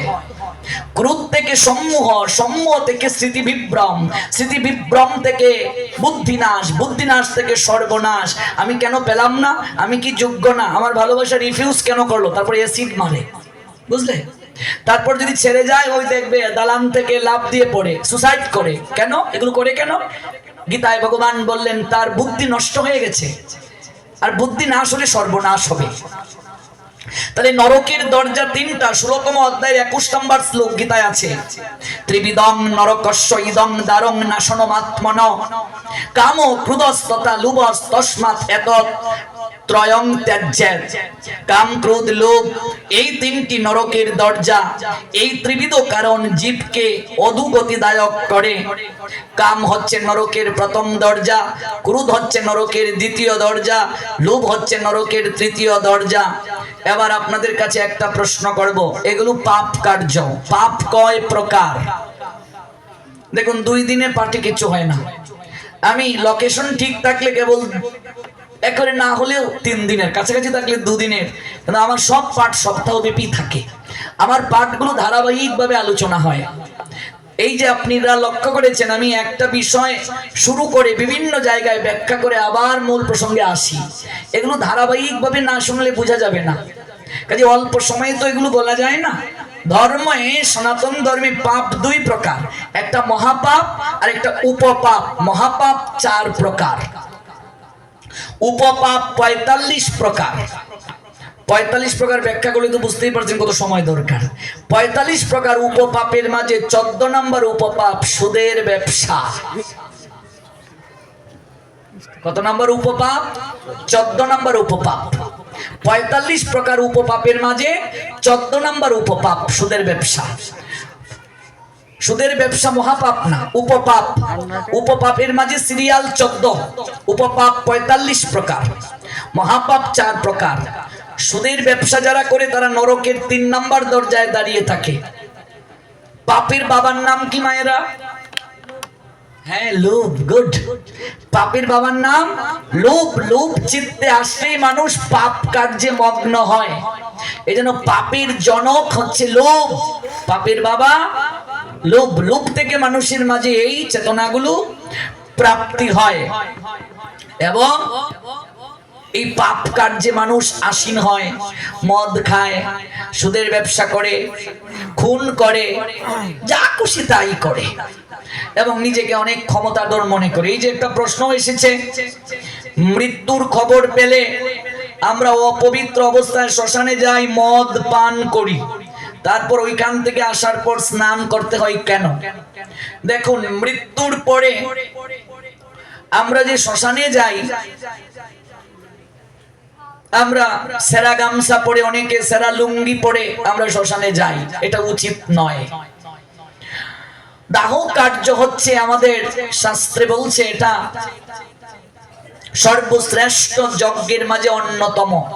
অন্ত্যেষ্টি ক্রিয়া, অন্ত মানে শেষ, ইষ্টি মানে যজ্ঞ, এটা সর্বশ্রেষ্ঠ যজ্ঞ। যজ্ঞে কখনো অস্নাত অবস্থায় যেতে নেই। এই জন্য দাহ কার্যে পবিত্র কাপড় পরে স্নান করে যেতে হয়, এটাই নিয়ম।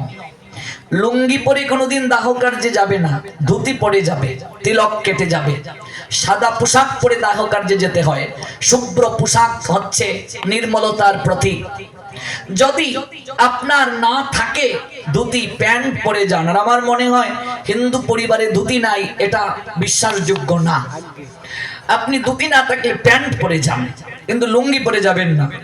এটা যজ্ঞ। যজ্ঞ চলাকালীন সময়ে জলও খেতে নেই।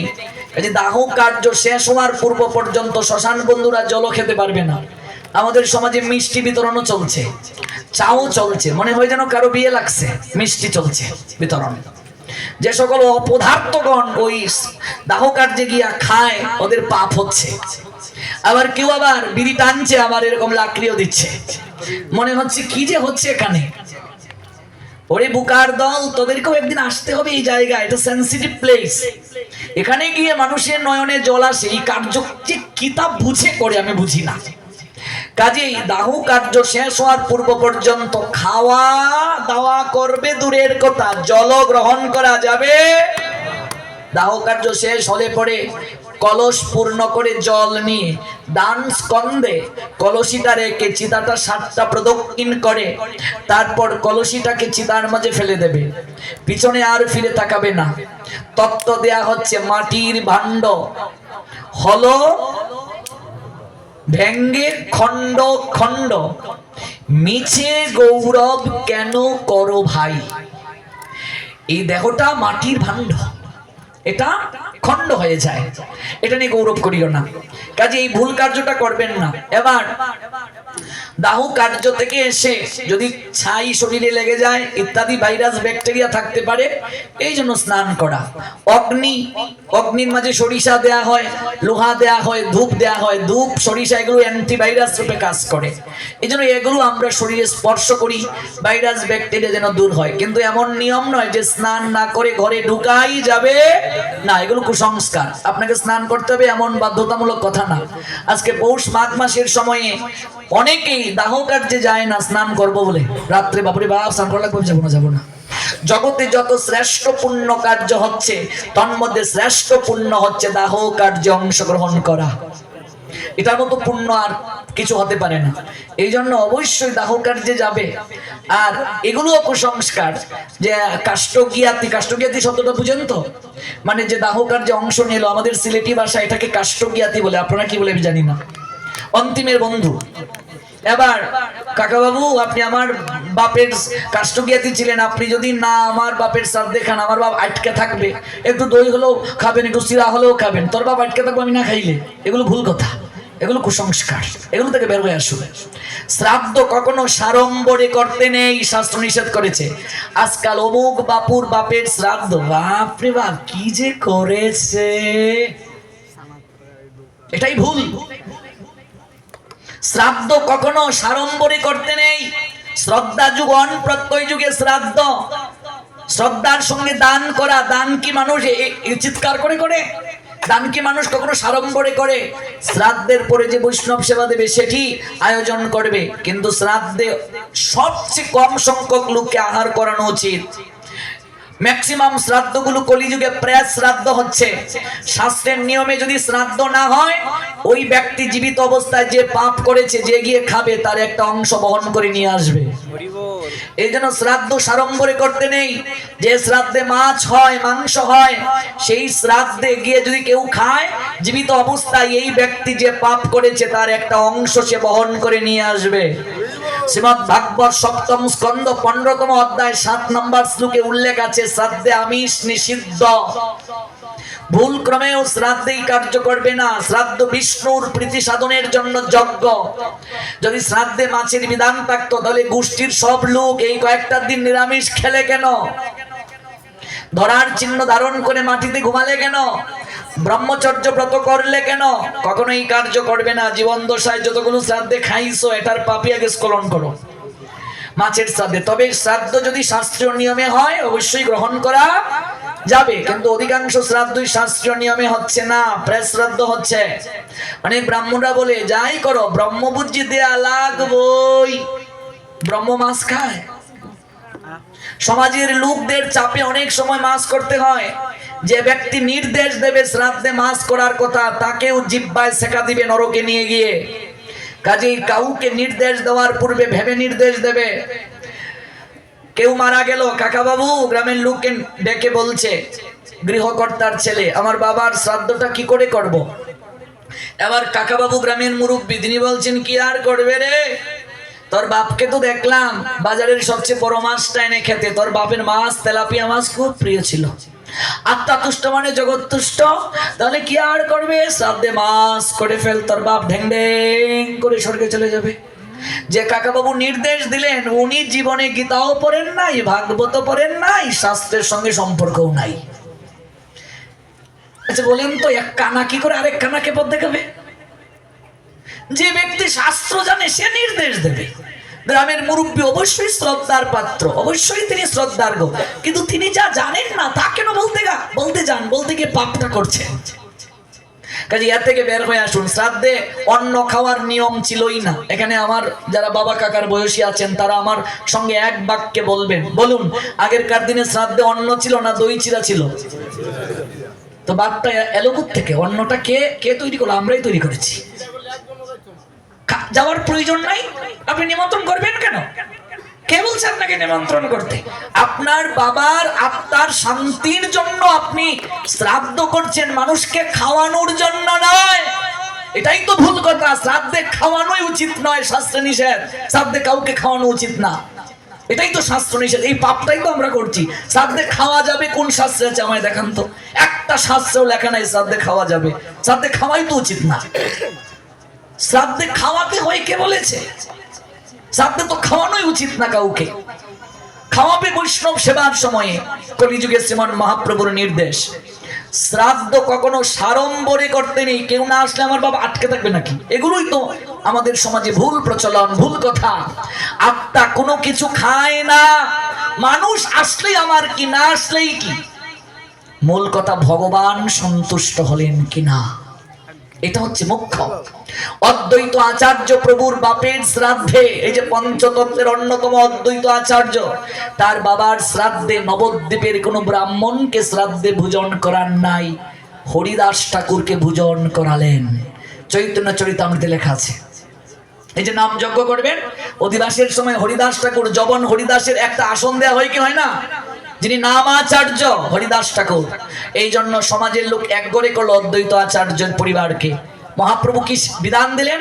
যাক যাক যাক, আপদ বিদায় হলো। হরিদাস তুমি ভোজন করলে হয় কোটি ব্রাহ্মণ ভোজন। এমন কাউকে সেবা করান যার সঙ্গে ভগবানের সম্পর্ক আছে, যে প্রার্থনা করবে আপনার বাবার জন্য ভগবানের কাছে, যার আবেদনে ভগবান সন্তুষ্ট হয়ে আপনার বাবার অপরাধ ক্ষমা করে দিলেও দিতে পারবেন। আর ওই রমাকান্ত, রাধাকান্ত, শ্যামানন্দ, ভবানন্দ যারা বিড়ি খায়, সিগারেট খায়, মদ খায়, তাদেরকে তেলাপিয়া মাছ দিয়ে খাওয়াইলে আমার বাপের কি কল্যাণ হবে? কি কল্যাণ হবে? কাজে এই শ্রাদ্ধটাই তো সাড়ম্বরে করতে নেই। শ্রদ্ধার সঙ্গে দান করার নামই শ্রাদ্ধ। কলিযুগে 5টা জিনিস নিষেধ। অশ্বমেধ যজ্ঞ নিষেধ, গোমেধ যজ্ঞ নিষেধ, দেবরের দ্বারা সন্তান উৎপাদন নিষেধ, শ্রাদ্ধে মাছ মাংস নিষেধ, আর মায়াবাদ সন্ন্যাস কলিযুগে নিষেধ। এই 5টা জিনিস কলিযুগে করা যাবে না। এই অত্যন্ত সতর্ক থাকতে হবে এই বিষয়টাতে। মাছ যে শ্রাদ্ধে হয় সেটা তামসিক শ্রাদ্ধ, আর তামসিক শ্রাদ্ধ ভূত প্রেতের শ্রাদ্ধ। আরেকটি প্রশ্ন, 3টি প্রশ্ন এসেছে, আমি উত্তর দিয়ে আবার মূল প্রসঙ্গে ফিরে আসছি। মানুষ মারা গেলে আমরা স্বর্গীয় বাক্যটা লিখি, এটি ঠিক নাকি ভুল? এখানেও লিফলেটে লেখা হয়েছে স্বর্গীয় নিরঞ্জন, নিরঞ্জন বাবুজির এটা আঙ্গিনা, বা সব জায়গাতে আমরা লিখি স্বর্গীয়। এটা উচিত নয়, এটা শাস্ত্রীয় দিক থেকে ভুল। স্বর্গীয় শব্দটা আগে লেখা যাবে না। কেন যাবে না? আপনার বাবা কিংবা আমার বাবা কিংবা আপনার মা আমার মা দেহ রাখলেন, আমরা কি জানি তিনি কোন লোকে গিয়েছেন? স্বর্গের উপরে আরো অনেক লোক আছে, জনলোক, তপলোক, ধ্রুবলোক, ব্রহ্মলোক, আছে কি নেই? আমরা স্বর্গ পর্যন্তই ব্রাহ্মণটা শিখিয়েছি, এর উপরে আমাদেরকে জ্ঞান দেয় নাই।